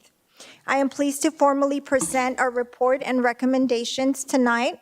However, before I do want to recognize and thank my fellow committee members, Lori George and Jay Stiegel, for the time and collaboration that they brought to this effort. Lori and Jay, as you both know, we did a lot of work in a short amount of time, and I'm extremely grateful to you both for making this work a priority over all of the other responsibilities and commitments that you have in your daily lives. It's been a pleasure to work with you both, and I would also like to thank our coaches for their guidance throughout the process, AJ, Carol, and Greg. Their experience helped keep us grounded in best practices while giving us the flexibility to develop recommendations that reflect the unique needs of our Fort Worth ISD community. That being said, the committee recommends that the board utilize the materials and processes that have been shared with the Board of Managers for the uniform implementation across our community listening sessions. These recommendations are intended to help us gather meaningful input from our community in a structured and transparent way, ensuring that every voice has an opportunity to be heard as we shape the district's future. We also recommend the proposed timeline, which guides the work from community engagement through data analysis, the development of draft goals and guardrails, and ultimately, board adoption. We recommend that the board consider this timeline in connection with the implementation timeline, which is also on our agenda tonight under 8B. And finally, we would like to highlight the committee's recommendation that the board engage a local university such as TCU, Texas Wesleyan University, or University of North Texas for data analysis and generating summary of the feedback. This may require additional board action or the seating of a separate ad hoc committee to oversee this process. And with that, President Guerin, I move acceptance of the committee report and its recommendations. Thank you, Ms. Perdea. I don't believe a committee motion is required at this time. That is my understanding. Yeah. I want to thank you and Lori George, who's joining us by Zoom, and Jay Stegall, who's out of town, for their extraordinary time commitment that they put into this project. They worked weekends and 4th of July. They know how important this is. They know how important it is to do it right. They know how important it is to do it as soon as humanly possible. So I want to thank all of them and the team they worked with A.J. Craybill and his colleagues, particularly Carol Beckerly. So thank you for that great work. And you noted later we're going to be talking about the Lone Star Governance Implementation Plan, and we're going to have to coordinate your all's recommendations with that plan as we go forward. But you've given us a roadmap, you've given us a detailed action plan. You also have a survey that we want to encourage people to fill out. And would you speak to that? Because I think that's so important. We want as many people as possible to come to listening sessions, but we would like everybody who, in this district to respond to your survey. Could you talk about that? Yes, absolutely. So we already started the outreach process. We've had several listening sessions throughout the community.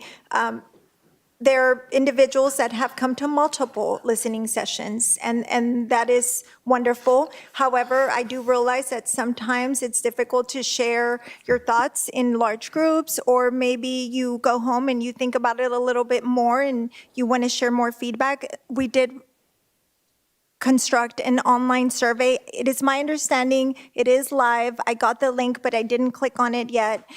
So if anybody wants to participate in the session but can't attend in person, you're certainly welcome to use that link and answer the questions and submit them, and those will be treated just the same as if you would have attended a listening session. Your feedback will be analyzed and used to when we develop our goals and guardrails. Thank you. And could somebody, I don't know if anybody's up to date on exactly where they find that on the website. Could somebody speak to that?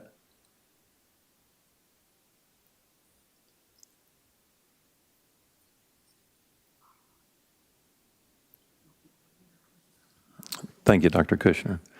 And again, thank you, Ms. Verdeja. President Guerin, if I may ask a follow-up? Please. I also wanted, Rosa, well, first, let me say, again, echo, y'all did yeoman's work on this, great work. But I think something that we've been hearing and asking, or getting asked, is will there be an ability for the public to have a additional input during the goal-setting process after the listening sessions. Can you speak to the idea that will be borne out with that part? Yes, absolutely. If you look at the committee report, we included a timeline, and once we analyze the information and prepare our draft goals and guardrails based on that feedback, there will be an opportunity, and it's on the timeline between September 16th and 30th, for us to obtain additional community feedback on those goals and guardrails that we develop. Any other questions of Ms. Verdeja? This will be a work in progress, again, as we coordinate it with the Lone Star Government's implementation plan, which we're going to talk about shortly. So thank you very much. Yes, sir. Our next report is going to be from Mr. Frost Prelo, and it's going to be a report on the real estate policy, board policy on real estate. And before he starts his report, I'd like to thank the people in this community that over the time that we have been on this board, we've gotten considerable input through email, and some attended a public hearing, but letters, email, asking questions about the real estate process. The Farrington Field issue brought that to a head and generated so many questions in the community, and personally, and I know others have received many emails from Mr. Appleman, but he and many others have given us ideas, asked questions, and we've been listening. And Mr. Prelo has led a committee with Mr. Galindo and Ms. Lewis that has examined our board policy regarding real estate. And again, I want to thank all those in the public who have shared their ideas with us, their advice with us, and their criticism when it was deserved. So, Mr. Prelo, will you please present your report? Sure. Thanks, President Guerin. And this will be a fairly short report. We, later in the agenda, go through the details of our proposal. So, number one, on June 30th, President Guerin created the Real Estate Sales Transactions Ad Hoc Committee. There's an acronym in there somewhere, but I won't go there, RESTAC or something. And so the purpose of this committee was basically to develop recommendations for this board on two things. One, factors and guidelines that we should consider when we're discharging our duty, fiduciary duty to authorize sale of a property. That's number one. And number two, a definition of real estate transactions involving significant financial or civic value. And so I want to thank Courtney and Luis for all the time that they've put into on this. We have later included in the board minutes our recommendations along those two lines, which we'll be discussing later. I just want to say these are preliminary recommendations. The idea is to present those here. It's the first time we will have discussed them as a full board, get feedback, and then present final recommendations in the August board meeting. As President Guerin mentioned, we heard feedback from the community that the disposition of any Fort Worth ISD significant value or civic value property is of real interest to the community, and so we've taken care to include in our recommendation input from the community and as city and other parts of or other organizations that might be impacted by any of those sales. So we'll walk through that proposed agenda, and just thanks again to Luis and Courtney for all their work on this, and we'll come back to it later in the meeting. Thank you, Mr. Prelo. I'll now turn it over to Dr. Licata to introduce staff to present the district organizational chart report. Well, good evening, Dr. Kushner, Chief of Staff.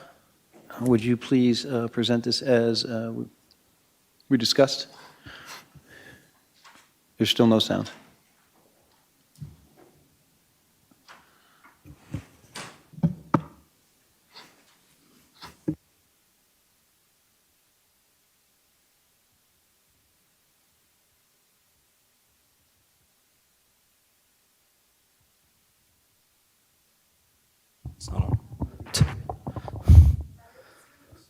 We're good.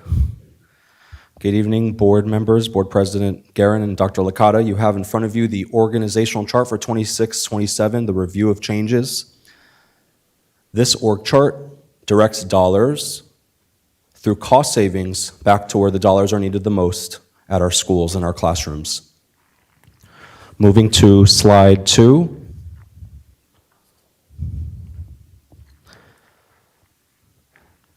These are the direct reports to our superintendent. The entire org chart, for your knowledge, will be posted on our school district website this evening following the conclusion of our meeting. Move to slide 3. It is important to note, I want to highlight on this screen in particular, that in the 2025-2026 org chart indicated 15 direct reports to the superintendent. With the 26-27 org chart, the total direct reports to the superintendent is 8. I've listed it there for you, the changes for the 7 direct report positions that were either realigned or eliminated from the org chart, resulting in cost savings to the budget. Next slide, please. I'm going to walk through the 8 direct reports now and how those cost savings have been reflected in the 2026-2027 budget adoption by each of our chiefs. As you can see, I'll highlight Deputy Superintendent, Curriculum and Instruction. He likes to say that he had the most cost savings. There was a competition amongst our cabinet as to how we were going to accomplish that. So Mohammed won that race with the cuts. 23.4 million in cost savings or realignment of savings, as we described to you in the small group sessions with the budget. His direct reports went from 19 to 10. With regards to our Deputy Superintendent of District Operations, her direct reports went from 11 to 10 with an overall savings to our budget of just over $3 million. Next slide. I would like to highlight that since day one, our superintendent has shared with the public and with the board that we would see an increase in funds allocated in the budget to our Deputy Superintendent Chief of Schools as we are elevating, no pun intended, all of our curriculum with our district, and that we are investing in our student outcomes. So that is an additional cost. And I will lean on Dr. Solis in a moment to speak about what that cost entails with the $4 million that you see on the screen. However, through the reorg and program change, there were 32 realigned positions in his organization, and his direct reports went from 16 to 7. The Chief of Staff position is a new position in Fort Worth ISD. It is cost neutral to the budget through superintendent eliminations, and currently the direct reports to the Chief of Staff are 5 staff members. Next slide. With regards to our Chief of Talent Management, as you can see, her cost savings to the budget is just over $321,000. Her direct reports went from 6 to 3. With our Chief Financial Officer, her total savings to the budget is $1.2 million. Her total direct reports went from 7 to 4. Next slide. With our Senior Counsel, his total savings is there on the screen, just over $261,000. His total direct reports went from 11 to 8. And with our Chief Internal Auditor, you can see she did have one position that we eliminated from the budget with a total cost savings of just over $86,000, and her total direct reports went from 6 to 5. Can you go to the next slide, please? So I'd like to talk about what we have done as a cabinet from day one, when we arrived on March 24th through June 9th, when the budget became a part of the budget adoption plan through our CFO.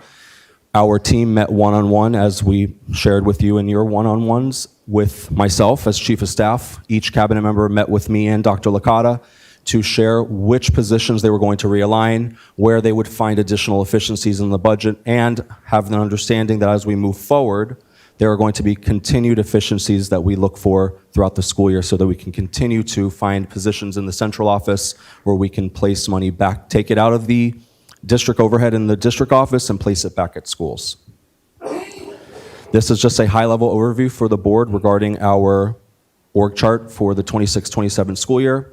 And I'd like to highlight that this is not a one-time deal. The org chart work is really year-round as we continue to look for additional efficiencies in our org chart. Thank you.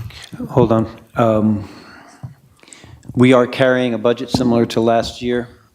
We have the ability to write a check for that and make it zero, but that would be irresponsible. Our job this year is not to write a check to make that balance zero out of our savings. Our job this year is to continue to reduce that number internally as we move through the year. We've only been here 117 days. 117 days, and we've done these massive changes to the organization.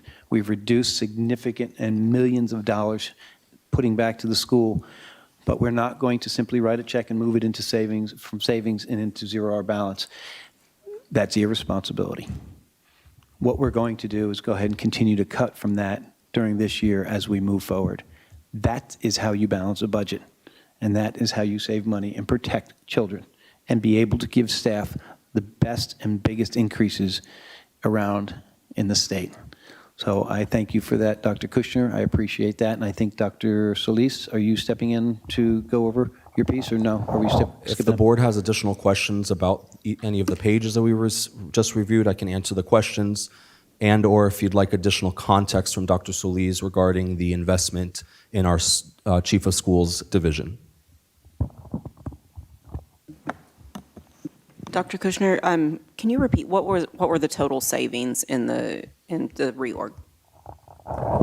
So I can compile it into one number if you'd like. Right now I have it divided out by division and provide that to you as a board follow-up.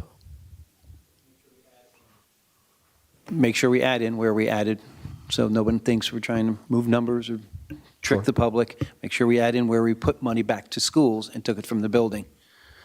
Give the rest of the story. Sure. Any other questions?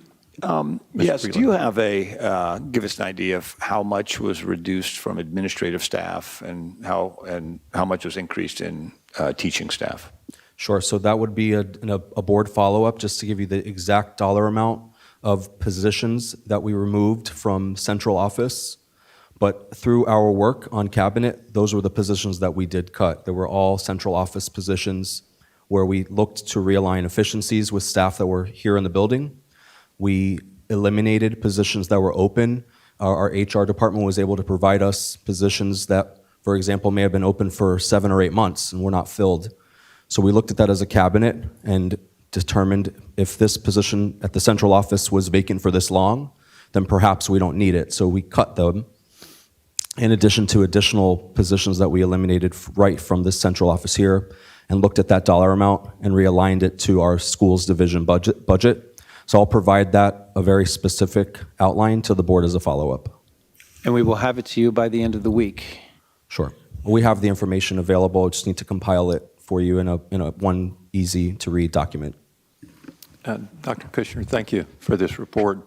I'd ask you also put the answer to these board questions on the frequently asked questions website, so it'll be available for the public as well. Sure. Thank you. And when we do a PowerPoint next time, can we make it a lot larger so we can see Sure. the squares? I know it's going to be posted on, yes, I know it's going to be posted on the website. The entire actual org chart that goes 25, 26 pages. But we also have the ability to load it up here. I know you and I aren't used to that, but we can load it up here and they can see the PowerPoint presentation from these screens up here. Yes, so the total org chart in totality, just for our board and for the public, is 24 pages. Each of our chiefs has a couple of pages, and tonight the community will have access to the entire org chart. Mm-hmm. But I second Dr. Licata's request that consider the font size when you put these things up on the screens here. Yes, sir. Thank you. I think, because I looked at it, but do we have contact information underneath the positions on the org chart? Or at least from the For each of admin the side? chiefs? At least for chiefs, not necessarily the classroom teachers by any means, but any really one above that that's on there, if we could include, because that's somewhere people are going to go if they're looking to contact someone. Sure. It's not currently, but we can certainly add contact information on the org chart. Okay, thanks. Okay, any other questions or comments? Dr. Kushner, thank you and your team for your excellent work. Thank you. This concludes the reports for tonight's meeting. I want to thank the board members, Dr. Licata, Dr. Kushner, and all the staff for these reports. We'll now move to the consent agenda. As board president, I'm making the following statement in accordance with board policy, BBFA local. This is a reminder to all board members of the legal conflict of interest requirements and disclosure requirements you may have for matters under consideration on the agenda for this meeting. If required by law, board members shall recuse themselves from all discussion and shall abstain from voting on any matter pertaining to such a disclosure. I'd like to make a note regarding consent agenda item 7F, approve revisions to board policy DC local, employment practices. There's been a change to the recommended policy revisions. That change is noted in the second paragraph of the policy related to posting vacancies. The revision will require that all positions be posted for no fewer than 5 working days. One other change, such hires shall be made in compliance with the board-approved compensation manual. Each board member has been provided with a copy of that revised document. Board members, we've been provided an opportunity prior to tonight's meeting to submit questions and receive responses concerning the consent agenda and action agenda items. Are there any questions or comments at this time specific to the consent agenda? I do have a question. I'm not sure if this is for legal or proper procedure here, but with regard to consent agenda item N, which is the code of conduct, it's quite lengthy, and I did spend a lot of time today going through it. I don't have any qualms with it per se, but my question is, going forward, is there a process to elicit potential community involvement through a committee and looking at that document for years going forward so that it is a document that the community can take ownership as well as the board? Yeah, I heard that tonight. We welcome that. That's what I'm used to, making sure, understand there are some legal guidelines and statutes that we have to stick with. And we also know that every area has its unique culture about student behavior. I think that's an excellent idea, and I believe that as we bring it forward next year, we will work the entire year, especially through my speaking engagements over the entire year to the communities. I think we're going to go ahead and do that and make sure we do it as the community can get their input. That is the way to do things, and we appreciate that. And I heard it tonight, and I'm excited to do that. And again, this will be the runway for this year. So. Thank you, Mr. Walker, and I also want to acknowledge Ms. Bills made that point in public comment and appreciate her bringing that to the board's attention. Any other questions? Is there a motion to accept the consent agenda? Do we have a motion? I move to accept the consent agenda. Okay, we have a motion. Do we have a second? I'll second. Have a motion and a second. Is there any discussion? Okay, we'll now move to voting. All in favor, vote yes. All opposed, vote no. I don't believe there is there a way to record a vote from Lori George on Zoom? Okay. Mr. Guerin, we're unable to take her vote because she's unable to be on video. Okay. All right. We have 7 yeses, no abstentions, and 0 noes. The motion passes.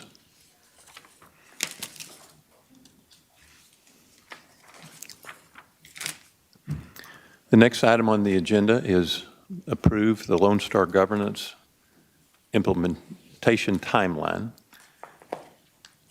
Is there a motion concerning this item? And we're anticipating a fulsome discussion of this matter, but the discussion won't proceed until we have a motion and a second, and then we'll open it up to discussion. So do we have a motion concerning this item? I'll move to approve the Lone Star governance. Okay, we got a motion. Do we have a second? I'll second. Is there any discussion? And yes, there is. We're going to have A.J. Craybill join us on Zoom. I don't see Mr. Craybill yet, but before we bring Mr. Craybill on, or while we're waiting on that, could we pull up page 279 of the agenda, please? Point of privilege, sir. As we're getting ready for all this, I want to thank the board, and I also want to thank AJ for calling me and saying that this is a very fast timeline.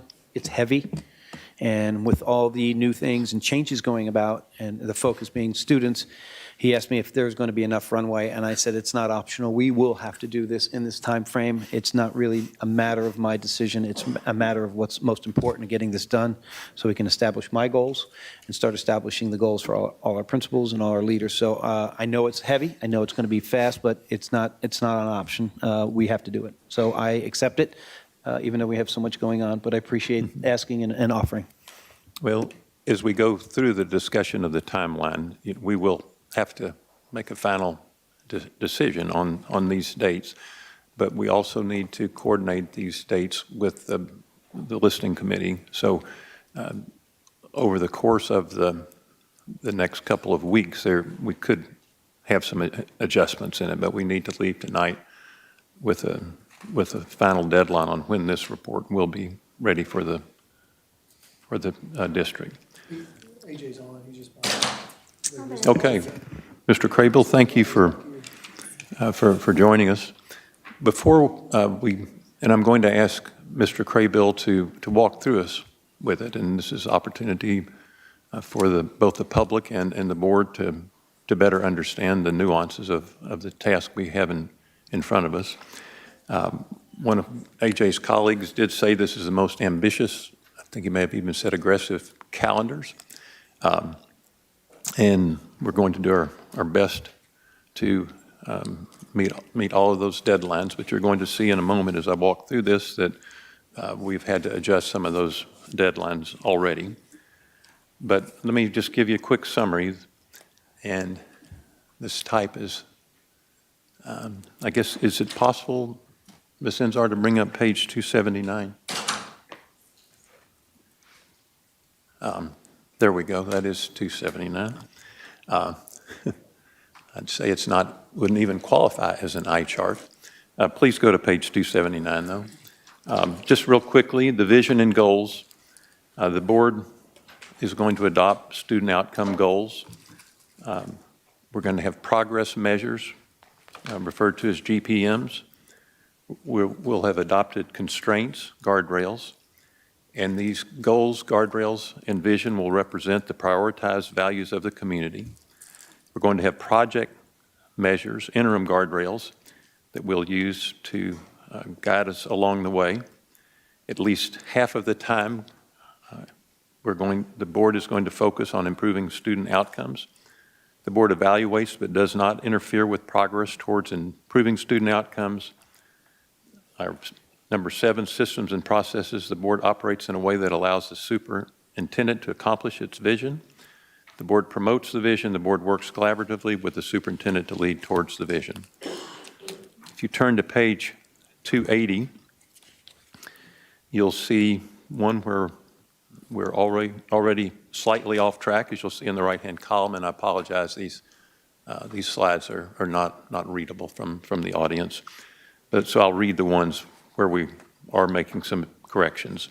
Vision and goals 1 and 3, board finalizes community listening plan and commences listening sessions. Add a tab to the board landing page that includes listening session schedule. Link it to a survey. We showed a date of 6/25 for that. That is a work in progress. Tonight is a major step forward in that, but that's the responsibility of the board chair. And we're going to have to adjust the date on that. We did not accomplish it, or I did not accomplish it by 6/25. 7/21, you can't see it. The board revises and updates the draft implementation plans. That's what's happening tonight. We show by 8/11, board reviews, updates, and adopts ethics and conflict of interest statement. You're going to see a provision shortly, a first reading of a conflict of interest. So it shows 8/11 on here. First reading will be tonight, 7/21. Board determines how it will engage the community with the draft goals and guardrails. That is well underway, and the committee report that Ms. Verdeja provided lays out that plan. We show at 7:21, the board facilitates its own discussion of its own strategic communications needs. If desired by the board may delegate responsibility to a board ad hoc committee to propose a board comms plan. We have not done that yet. We are in discussions, however, but we don't have that finalized tonight. The date shows 7/21, so we're behind on that. And if desired by the board may delegate responsibility to a board ad hoc committee for evaluating current real estate policy and making recommendations. You see 7:10 on that. You heard Mr. Prelo speak to that earlier, and that's on the schedule for tonight. Those are the only updates I'd offer at this time. If you look further into that, and this document is on the agenda, so it's available to anybody that would like to pull it up. Everything else is in the future, and it's a tight timeline. We got a lot of work to do. And now I'd like to turn it over to, well, before I do that, any comments or observations or questions by the board before I turn it over to Mr. Craybill?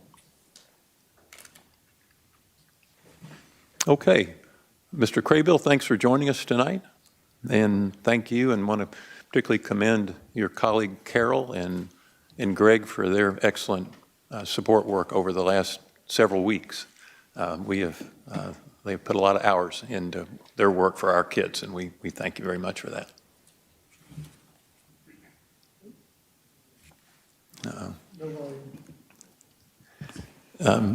We've got a problem with the volume or with the mic. I think we had this last time.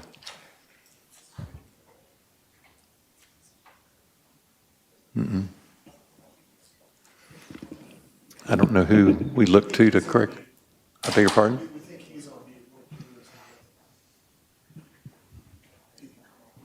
Mic check. Is he? Hello. Mr. Craybill, there. Mic check. Can you hear the words? Raised the question about whether or not it's a problem on your end. Do you know if you're on mute? No? Okay, I apologize for this delay.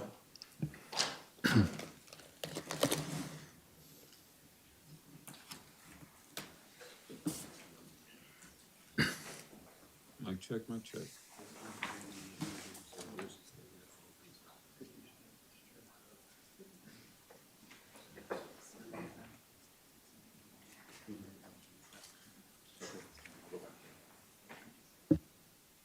Testing 1, 2, 3.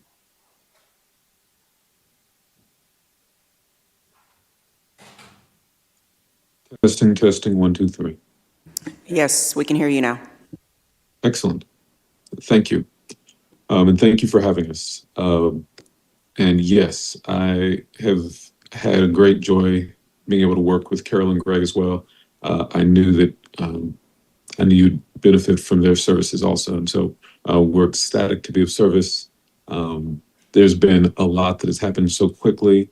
The intention of this implementation timeline is to try to put in writing what the board has said it wants to accomplish. Part of the construction of this comes from interviews on our part with board members one-on-one as well as with staff. Part of this comes from things that you all have described in your meetings of the things you want to accomplish.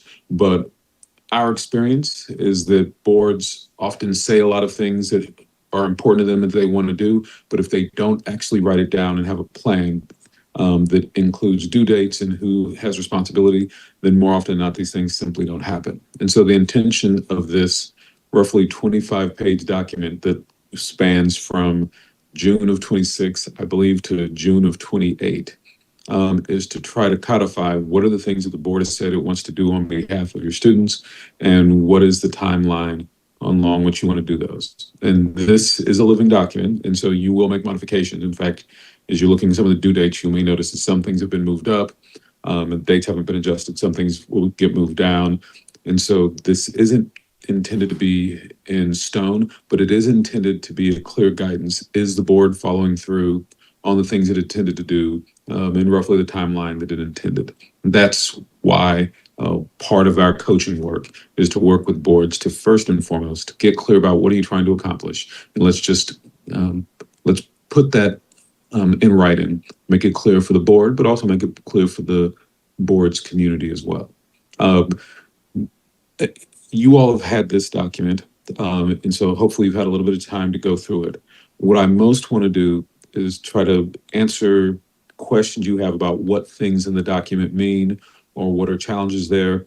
A common thing to do at this point in the conversation is for you all to be questioning, is this the right timing?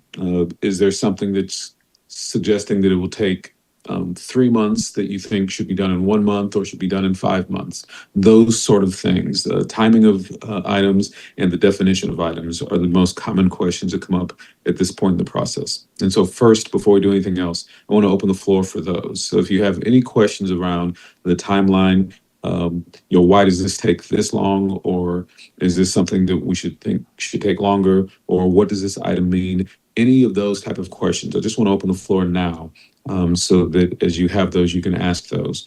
Once we've gotten clarity on some of the more technical and tactical matters, then we can come back and look at the document overall to talk about the major chunks of work, but then ultimately it falls to you all to make the decision on whether or not to adopt it. Once you all have adopted your timeline, then that becomes the marching orders for us, your coaching team. That's what we're supporting you and implementing. So our work, once it's adopted, is to help you all accomplish the things that you all have said that you wanted to do in your timeline. So with that, but before we get to that part, what questions you have either about timeline issues or questions about what items on the timeline mean? I've got one, and AJ, I'm not sure it's for you or the members of the listening committee. I know it seemed to me that we've got some very aggressive goals there in time, and which are dependent on not only our schedules, but other organization schedules and other people's schedules. And so I just wondered, how are we looking on that timeline at this point? I know you guys have been working very, very hard on that, but that just struck me as aggressive, and would love an update on that. So if you remember, our goal is to be able to provide the goals and guardrails to Dr. Licata when they start working on the budget in October. And so this is the timeframe we have to work with. If you look at the materials that were forwarded to you by Dr. Kushner, you're going to see the spreadsheet that was created. And upon AJ's recommendation, there's board members that sign up for place 1 and place 2. And so board members who signed up for place 1, they're responsible for doing the outreach and scheduling those.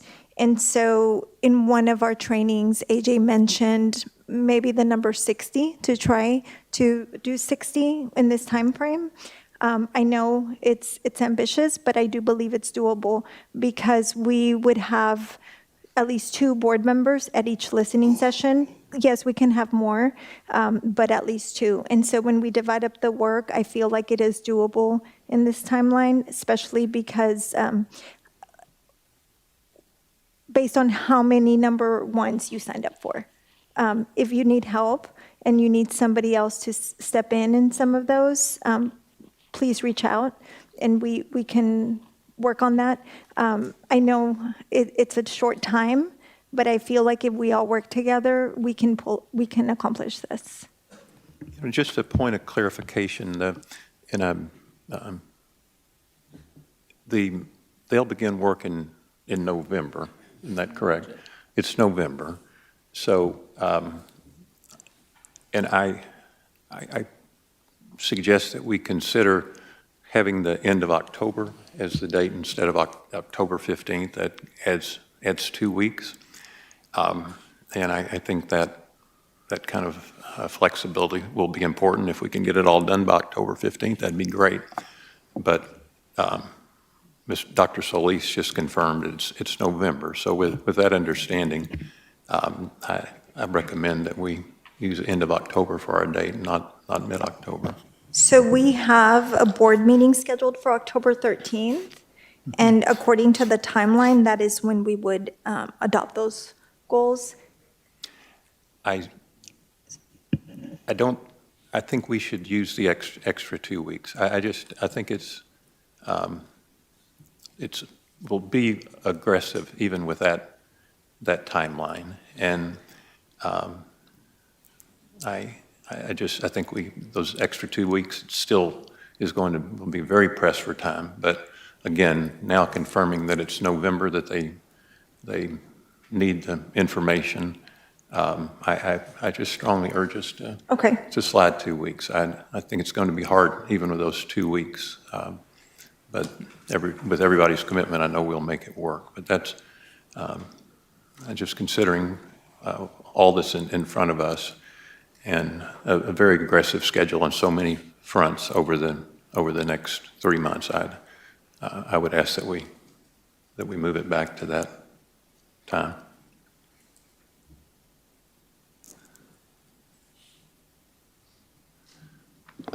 Thanks. Yeah. Okay.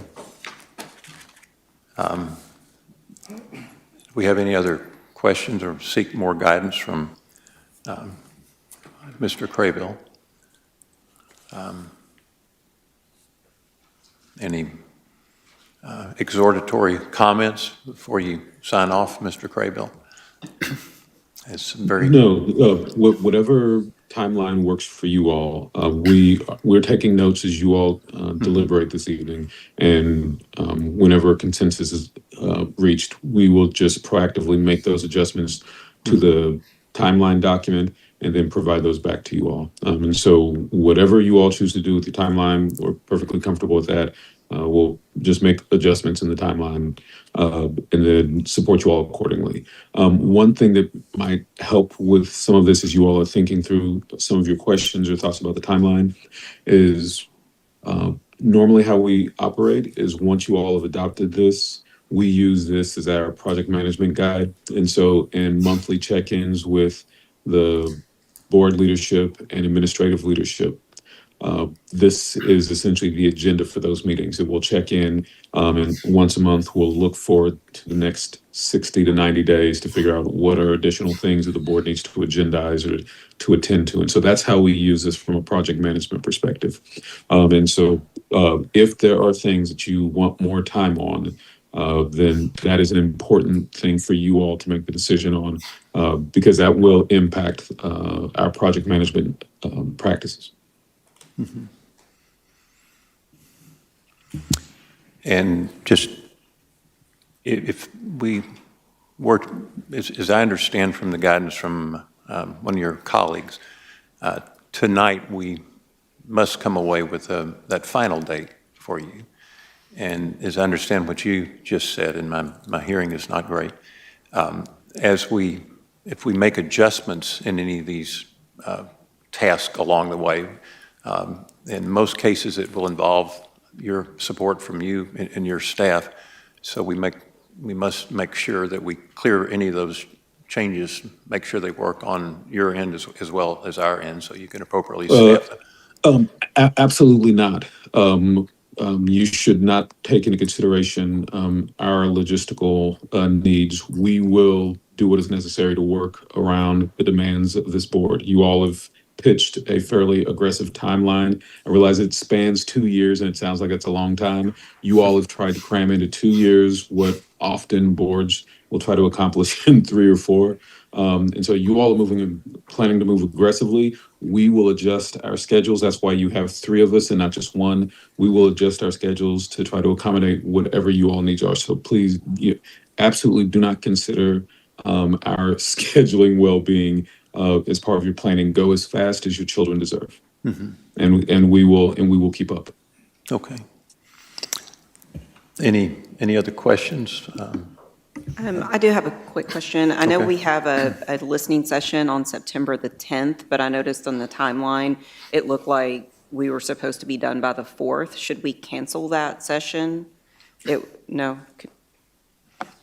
No, based on President Guerin's request that we take the entire month of October, we'll have to adjust the dates, so that'll give us more opportunity. Okay. So don't cancel it. Yes. Thank you. Yeah, what we would do is we would work with your committee leadership. We try to identify what is the actual date at the end of October that you all would want to likely have a special meeting specifically to address this. And once we have that final date at the end of the month, then we will work backwards to adjust all of the other relative dates that are impacted. But based on this conversation, no, it sounds like it's full speed ahead. And we'll go over this in detail with the board, but this is going to require at least one full day meeting. And we'll have to work schedules to make that happen. And we have two, or at least one more that'll be a half-day meeting is what the recommendations are. So there's going to be some real scheduling work that'll have to be done. And I know Dr. Enzar is going to assist us with that. But so we'll start working schedules immediately to make sure we get those on the calendar. Great. Okay, any other questions? So as you all have additional questions, concerns, reflections beyond this evening, don't hesitate to reach out to any of the three of us, whoever you've been communicating with. You're welcome to communicate with them. We'll manage the job of staying coordinated among the three of us. So if you talk to any of the one of us, we'll make sure to connect the dots among ourselves. But if you have any other questions about this or any other concerns that come up, just reach out to us and we will work with your leadership to make adjustments as are needed. Again, it has been really wonderful working with you all. You all have been very aggressive and moving fast. You all have been diligent, and we appreciate that. That is not always the case. And so we appreciate people who just take as seriously the task of being public servants as you all have done so far, and that we expect you to continue to do. Okay. Thank you, Mr. Craybill. We have any other questions? All right. Thanks for joining us this evening. Any further discussion? We'll now move to voting. The one change that we're going to reflect going forward is October 31st will be the final due date.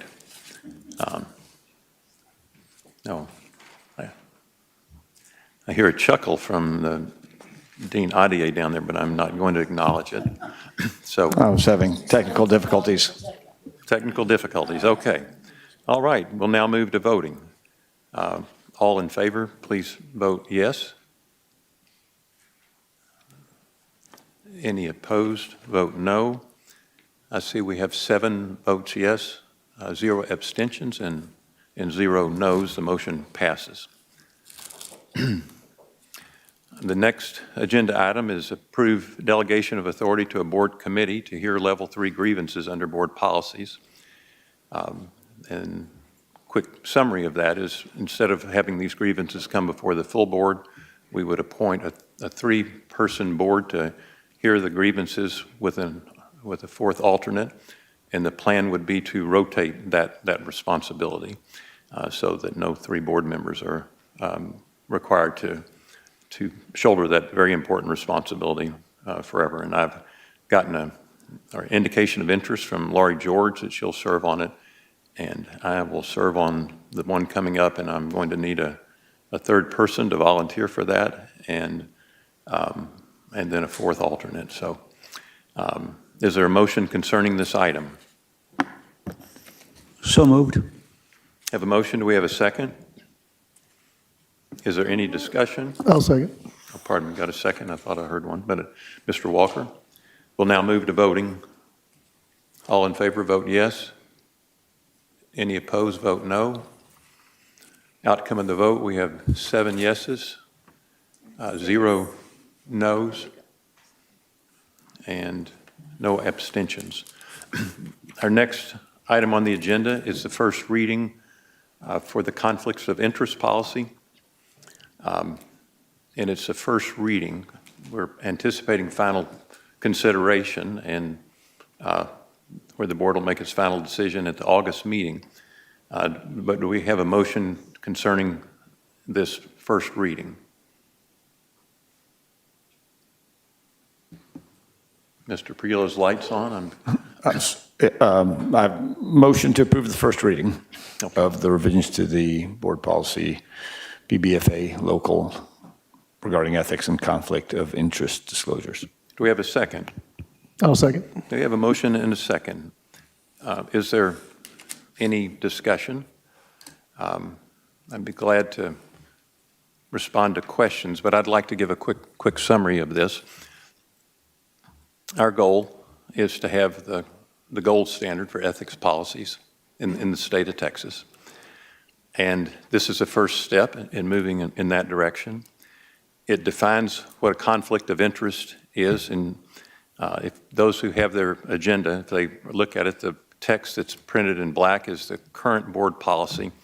The red are the recommended amendments, and it defines a conflict of interest, and it also addresses concern about the appearance of a conflict of interest and how the concern that we have for that as board members to ensure public trust in what we do. On the second page, page 2 of 4, which is 309 of the board agenda, we define conflicts of interest. That is not in our current board policy. And this conflict of interest policy, if passed by this board, would go into immediate effect. And it's, I'd like to just raise or point out some of the specific things.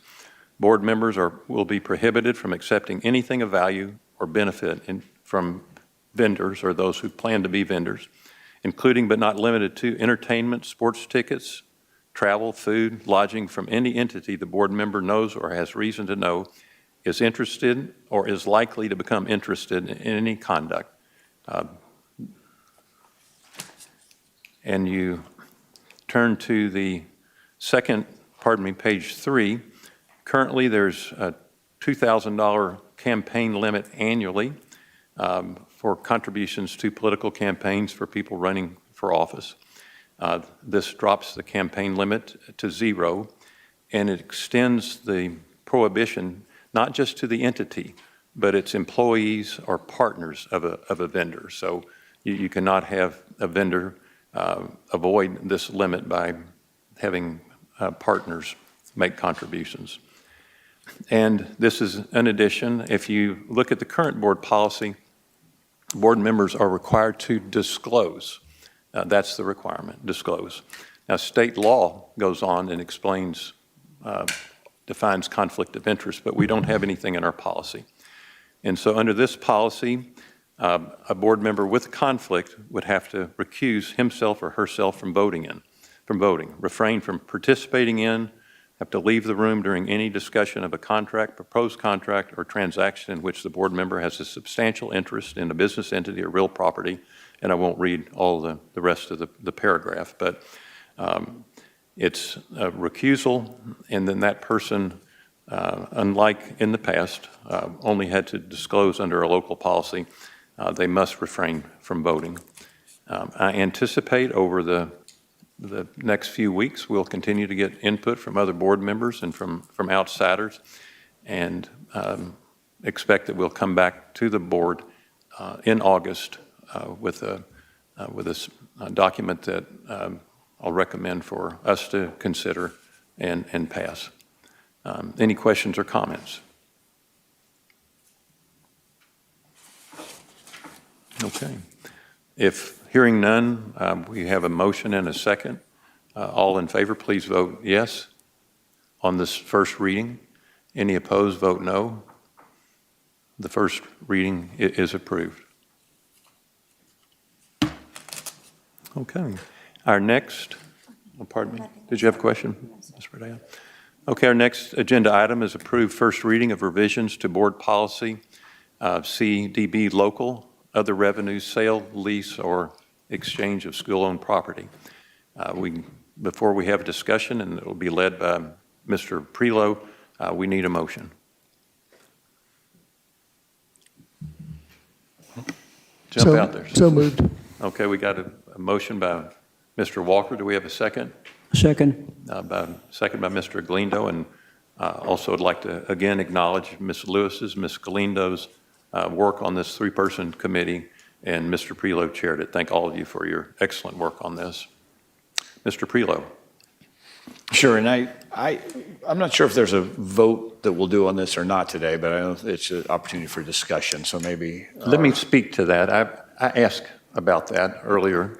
It seemed odd to me to vote on a first reading, but I was told that in fact that is customary, but it's understood that it's a vote on the first reading, so it acknowledges the first reading. So that was a counsel I got from board counsel, and that's the direction, and that's what this language reflects. So. All right. Well, excellent. So I'll go through this, and Luis and Courtney can chime in on all the topics I've missed. I'm not going to read it word for word. It's in the document. But there are really two things that this committee was charged with. One was propose a definition for a significant real estate transaction. So this is a transaction that would meet a certain bar, of which we would ask the administration and the board to do additional due diligence. And so the first part of that was the definition that we've applied is really two main parts of it. One, either if it's a financial value of over $5 million, whether that's the appraised value or a lease or a series of related issues where you have the total expected value of $5 million. So it could be that, or that it has significant civic value. And the definition that we're working with right now from a civic value that we landed upon was written there, but basically showing either shared use, joint ownership, or a use agreement with the city of Fort Worth, Tarrant County, or another public entity. So whether it acts as a de facto park, recreational, or open space that would require some coordination with other government entities, or is listed or recognized in the historic register as a place with significant cultural significance. So that's and then also you couldn't aggregate, you couldn't take a bunch of $1 million transactions, put them together and to circumvent the $5 million value size. So that's the first part, is does it meet this definition? And then the second part was for us to propose review factors in the administrative process. And so the administrative process here was to make it very clear to the administration what we as a board expected from a due diligence and community outreach perspective to do in order for us to have essentially a checklist. And if they have met those items, that then the board would be would be very favorable to approving it if they'd gone through this checklist, so I'll go through that now. So the process was for the administration to have a classification declaration. So whether or not this property meets this significant property or not. And so the first step would be for them to present why or why not the property does that. Second, assuming it goes into the significant property bucket, the second would be for a baseline due diligence package. So I've listed that, but that includes independent appraisal, title and deed restriction review, environmental screening, a summary of current community uses for the property, and a survey, a site condition survey. So here are the things we'd like to see on preliminary due diligence regarding this property. Step 3 would be so by law, we as a district need to offer charter schools or other public partners notice that this is that the property will be being sold. There's a 60-day window for that. They can make proposals. We're no obligation to accept those proposals, but they do have a ability to front run or at least take a first look at these properties and come back with proposals. Step 4 is working with the city and county economic development staff to understand whether there's a TERS or a TIF that the property lies within or adjacent to, and has that should be considered. And so in step 4 would be looking for opportunities to align the disposition of this property with adopted city or county plans. Step 5 is a community input plan. We certainly heard with Farrington and others that the importance of community input. And so basically the administration would submit an engagement plan that would include at least one public meeting, a written content channel open for 30 days, and targeted notice to adjacent property owners. Step 6 would be the marketing of the property, then by the published criteria, And that would be through a competitive bid process with a no-contact rule from the time of the issuance of the RFP to the award recommendation. And then step 7 would be board action with required findings, and so the administration would come and would bring it as an action item for the board to approve a real estate transaction with the, based on adopting the written findings.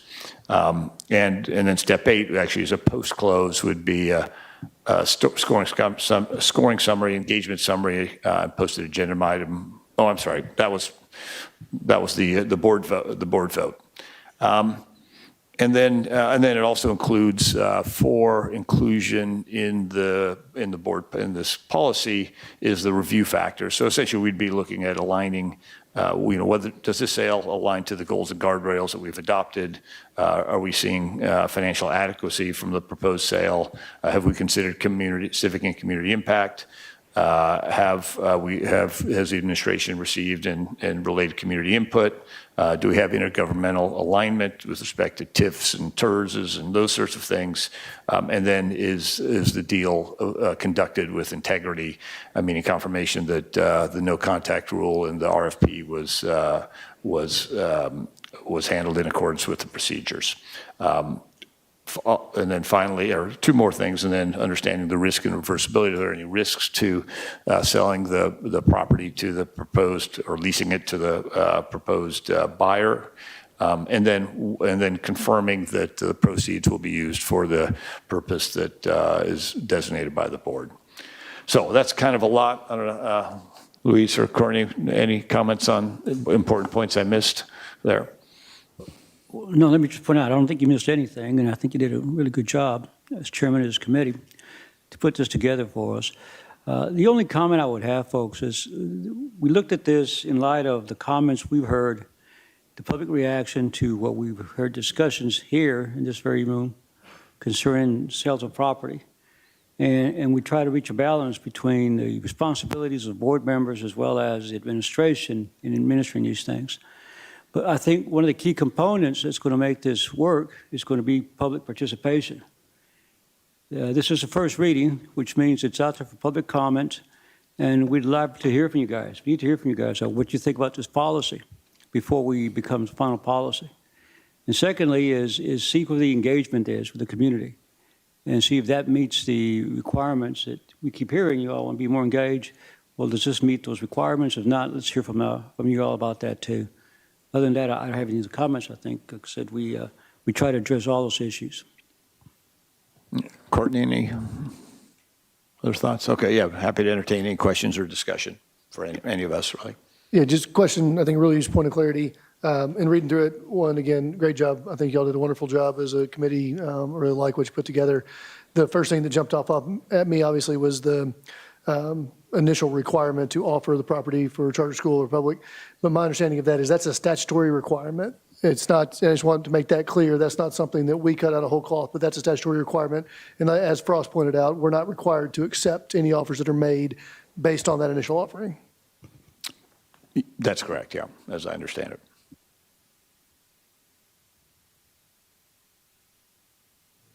Any other thoughts, comments? And echo Luis's point that this is the reason we have a first reading and a second reading is to hear from the community. So welcome comments from the community on this as well. Okay. No further questions. Again, I want to commend Mr. Prillo and his whole team, Ms. Lewis and Mr. Galindo for the great work on this. You can tell by the work product how much effort went into that and balancing the roles of the board and the board's responsibility, but identifying the work that the board will ask the staff to do before presenting this to the board for a vote. So we have a motion and a second acknowledging the discussion of this first reading. We'll now move to voting. All in favor, vote aye. Any opposed, vote no. We have 7 yeses, 0 abstentions, and 0 noes. The first reading passes. Thank you. We now move to consideration and approval of an application to request an extension of HB2 uncertified teaching provisions through the 2029-2030 school year. Is there a motion concerning this item? Move to approve. Got a motion from Mr. Adier. Do we have a second? I'll second. Got a second from Ms. Lewis. Is there any discussion?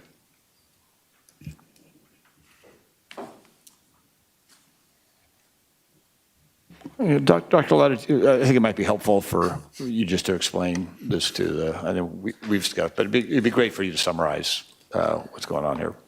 I would like to pass this off to staff. We have had multiple discussions about that.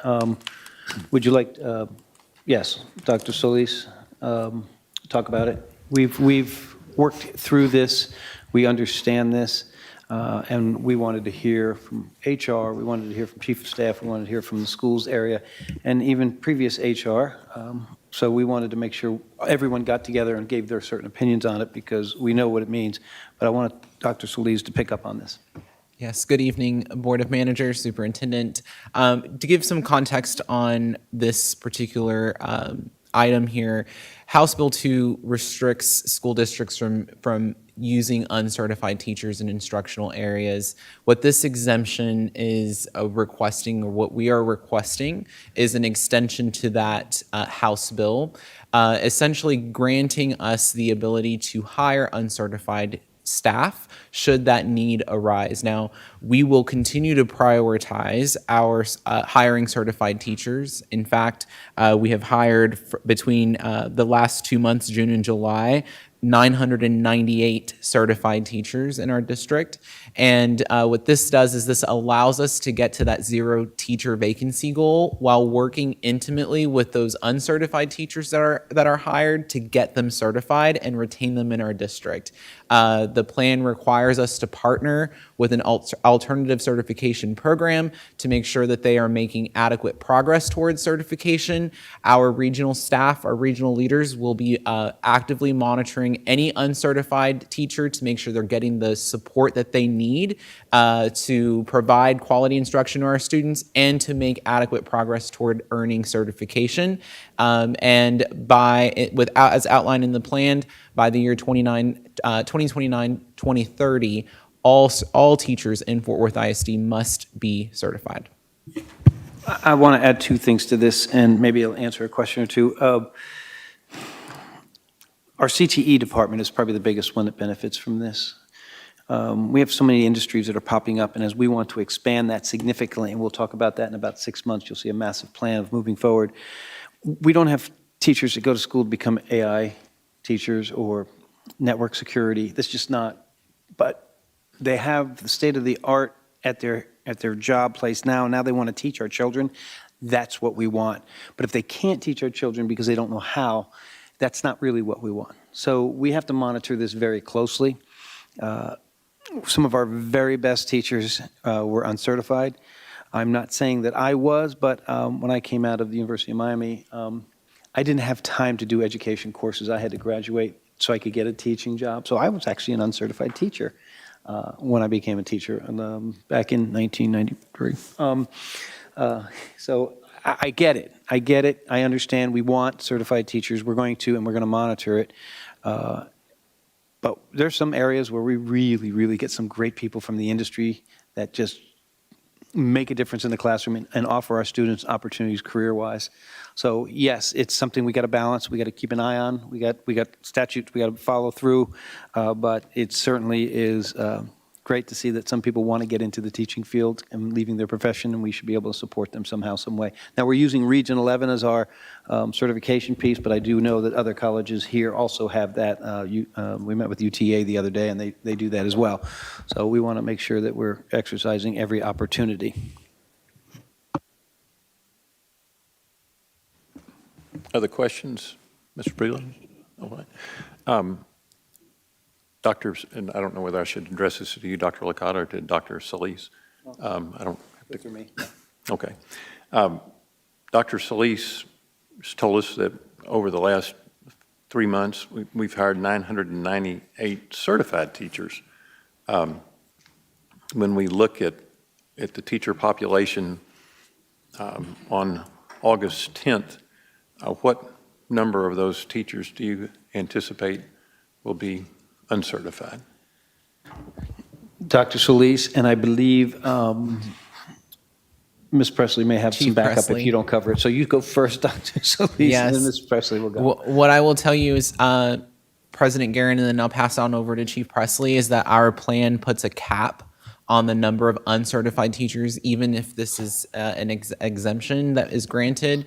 It puts a cap on the percentage of teachers in Fort Worth ISD that can be uncertified, which I don't ever see us even approaching, which is 12%. That's outlined in the plan. And then each year we have to decrease by 4%. So we have to show that we are making progress toward that 0% of uncertified teachers by the school year 2029-2030. And with that, I'm going to pass it over to Chief Presley. Sure, thank you. So we currently have, over the last 2 months, we've hired 142 uncertified teachers.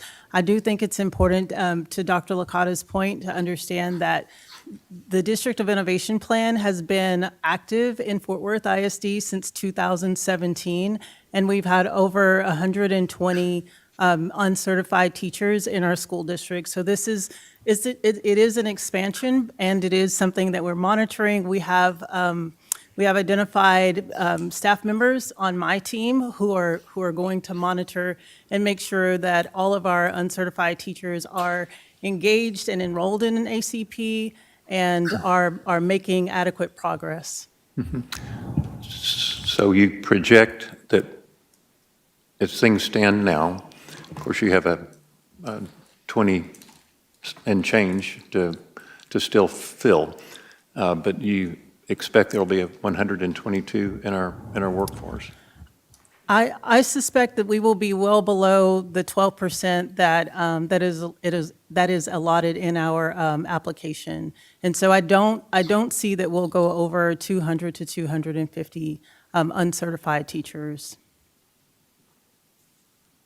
But right now, we don't know the numbers right now of uncertified teachers that are in the mix. Even if we fill the remaining 22 spots with that, it still leaves us at about below 150, I think, or 160. What was the number we started with? 142? Correct. We have 142 that So it'd be we've hired, but there were 164. already about 115 in the district. I can get an exact number to you as a follow-up. Okay, well, that's an important point to clarify. So in the district right now, or last school year, there were 100, and that doesn't include substitutes. There also were a large number of substitutes, were there not? Correct. Correct. We started the school year with 239 vacancies, and most of those were filled with substitute teachers. These are, and we had uncertified teachers, as to Dr. Licata's point, that were teaching in mostly our CTE classes. So those uncertified teachers were on top of the substitute teacher number. Yes, sir. And historically, those substitute teachers are, majority of them are uncertified as well. So if you're really going to get a picture of what the uncertified teacher workforce looked like in 25, 26, some percentage of the substitute teachers plus the other to get a complete picture. Yes, sir. Okay. Do we plan to hire any full-time substitute teachers?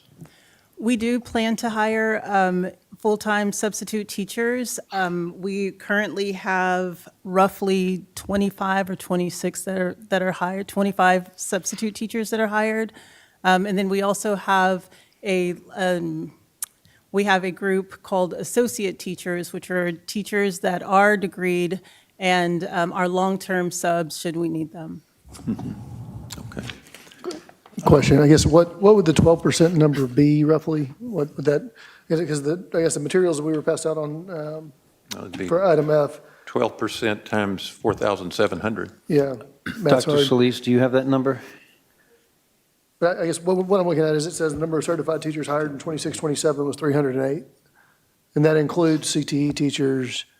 I'm just trying to figure out what the numbers are.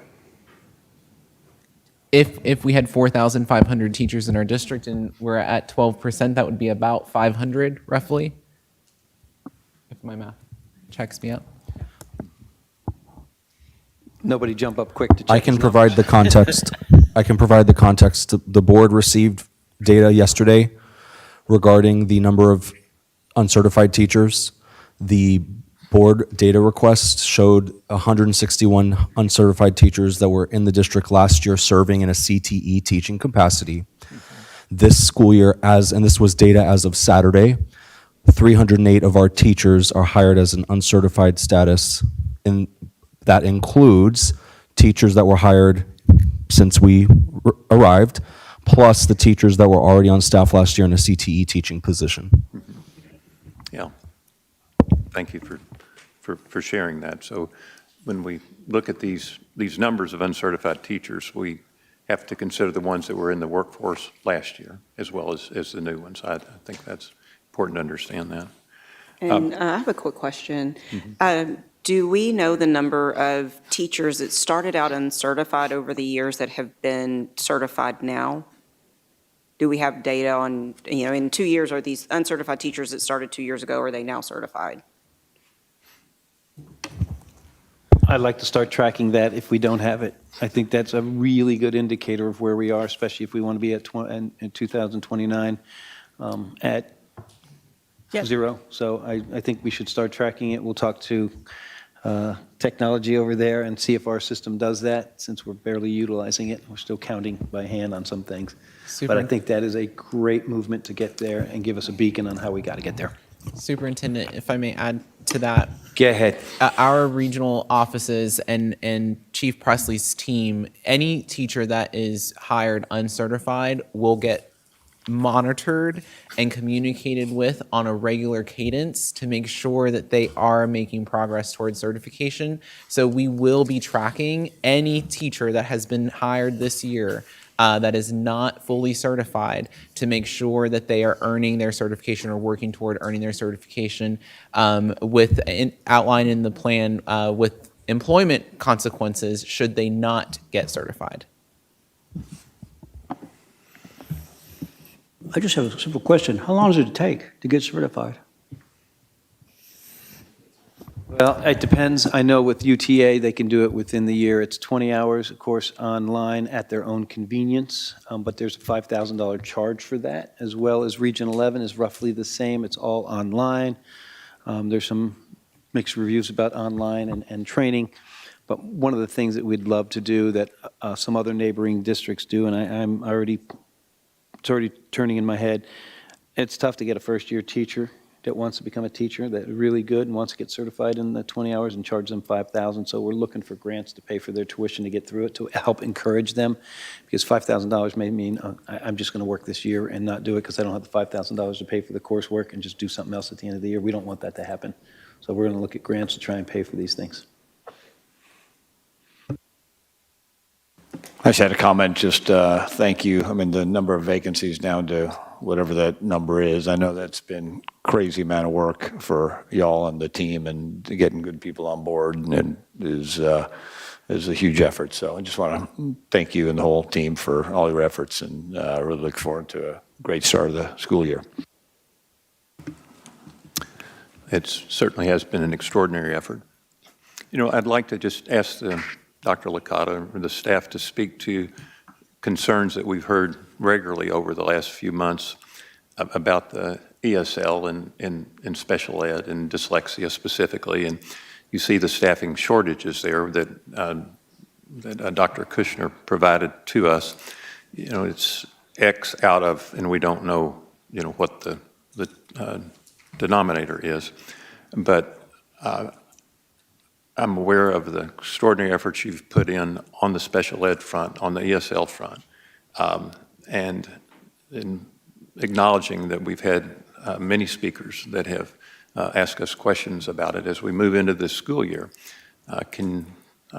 Dyslexia specifically, we had a query tonight, and we had a query from another person about this special ed. And can you address perhaps start with the numbers of the vacancies we have in those areas, and then tell us how well prepared we are to begin this school year in those two fields. Dr. Kushner, would you review the numbers at the back page of your handout so the public can hear that what you handed out? And then I'd ask for Mr. Chowdhury to follow up on what the landscape here has looked like in the past, simply because many of us weren't here, but more importantly, how it looks forward, and how the other districts are also struggling with this, because ESE is one of the biggest empty areas and not enough teachers in the country, but that doesn't mean we're not going to try and do it and clear it up. So start with the numbers so the public can hear what it is, so we're transparent, everyone sees it, we're not hiding anything, but more importantly, Mr. Chowdhury, would you give your perspectives, because I know you've been in this field for a while. Thank you, Dr. Licata. So I can provide the vacancy updates as of Monday, July 20th, with regards to our SPED vacancy updates and our bilingual support updates. And then my colleague, Deputy Superintendent Mohammed Chowdhury, will provide you a brief high-level overview on the program change and how it was affected and where he realigned the supports to ensure that those students continue to receive a high level of service.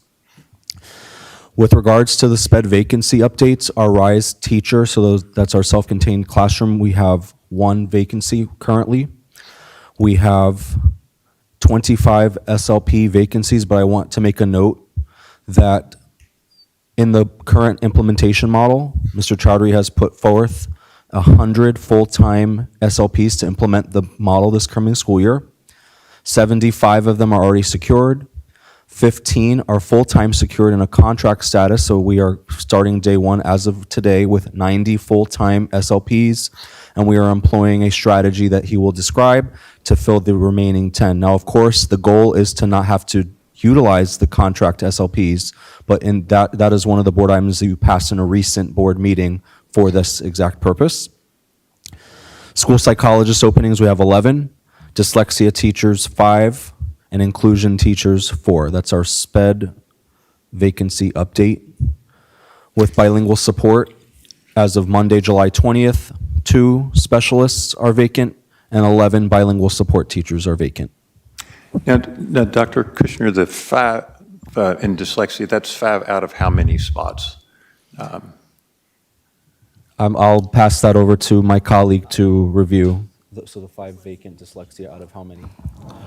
So we actually have probably the best ratio for dyslexia out of all of our urban peers. Dallas is 1 to 50. Houston is 1 to 50. We're actually 1 to 25. We have about 113, 114. My team always says 114, 113, but we have basically roughly 114 dyslexia teachers. We've had a lot of stability there.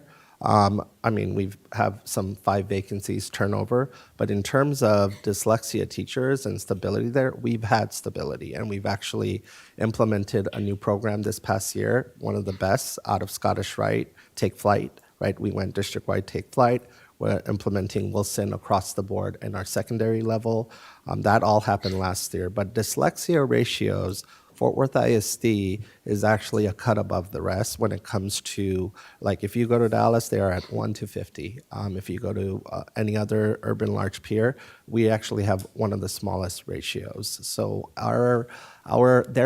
we have to remember that they're an itinerant group, right? So you have to realign and organize them every year to make sure that they are servicing the kids based where they are.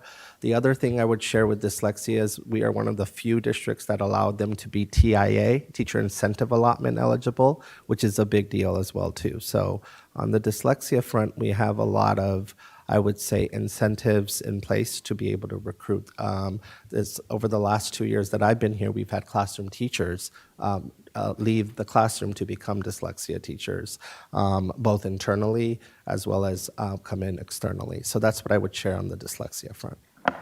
Can I ask a quick question? So we've heard a number of comments, or I'll connect with you, Superintendent. Comments about kind of whether we're catching all the dyslexia cases. Is that a concern at all?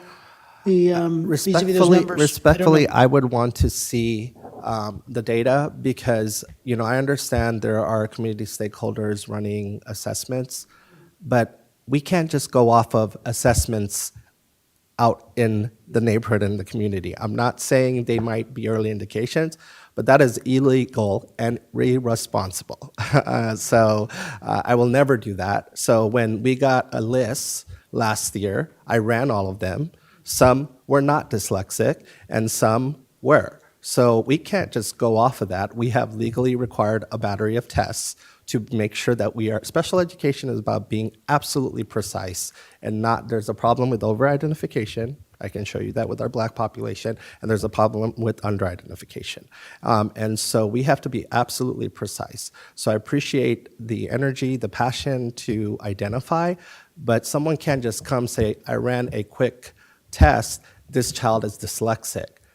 That is morally unconscionable, irresponsible. I appreciate the feedback and the lists, but I'm going to run a 360 battery of tests, and we are on par with all of our identification. We have not missed universal screening, and so. But at the end of the day, yes, I think you could always get faster, but we have to make sure we are absolutely precise in how we are running this.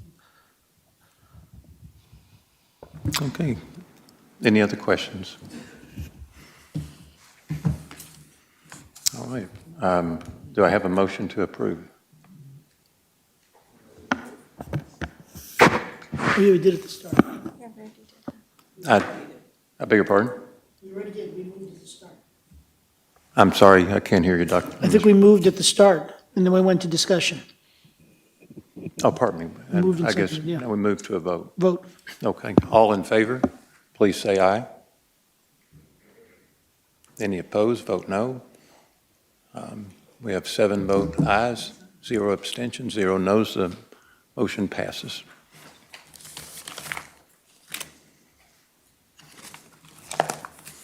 Okay, we're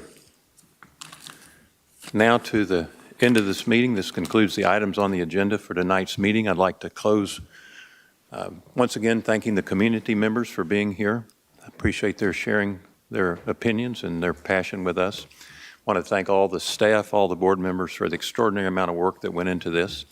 As there's no further business, the time is 9:03 p.m. and the meeting is adjourned.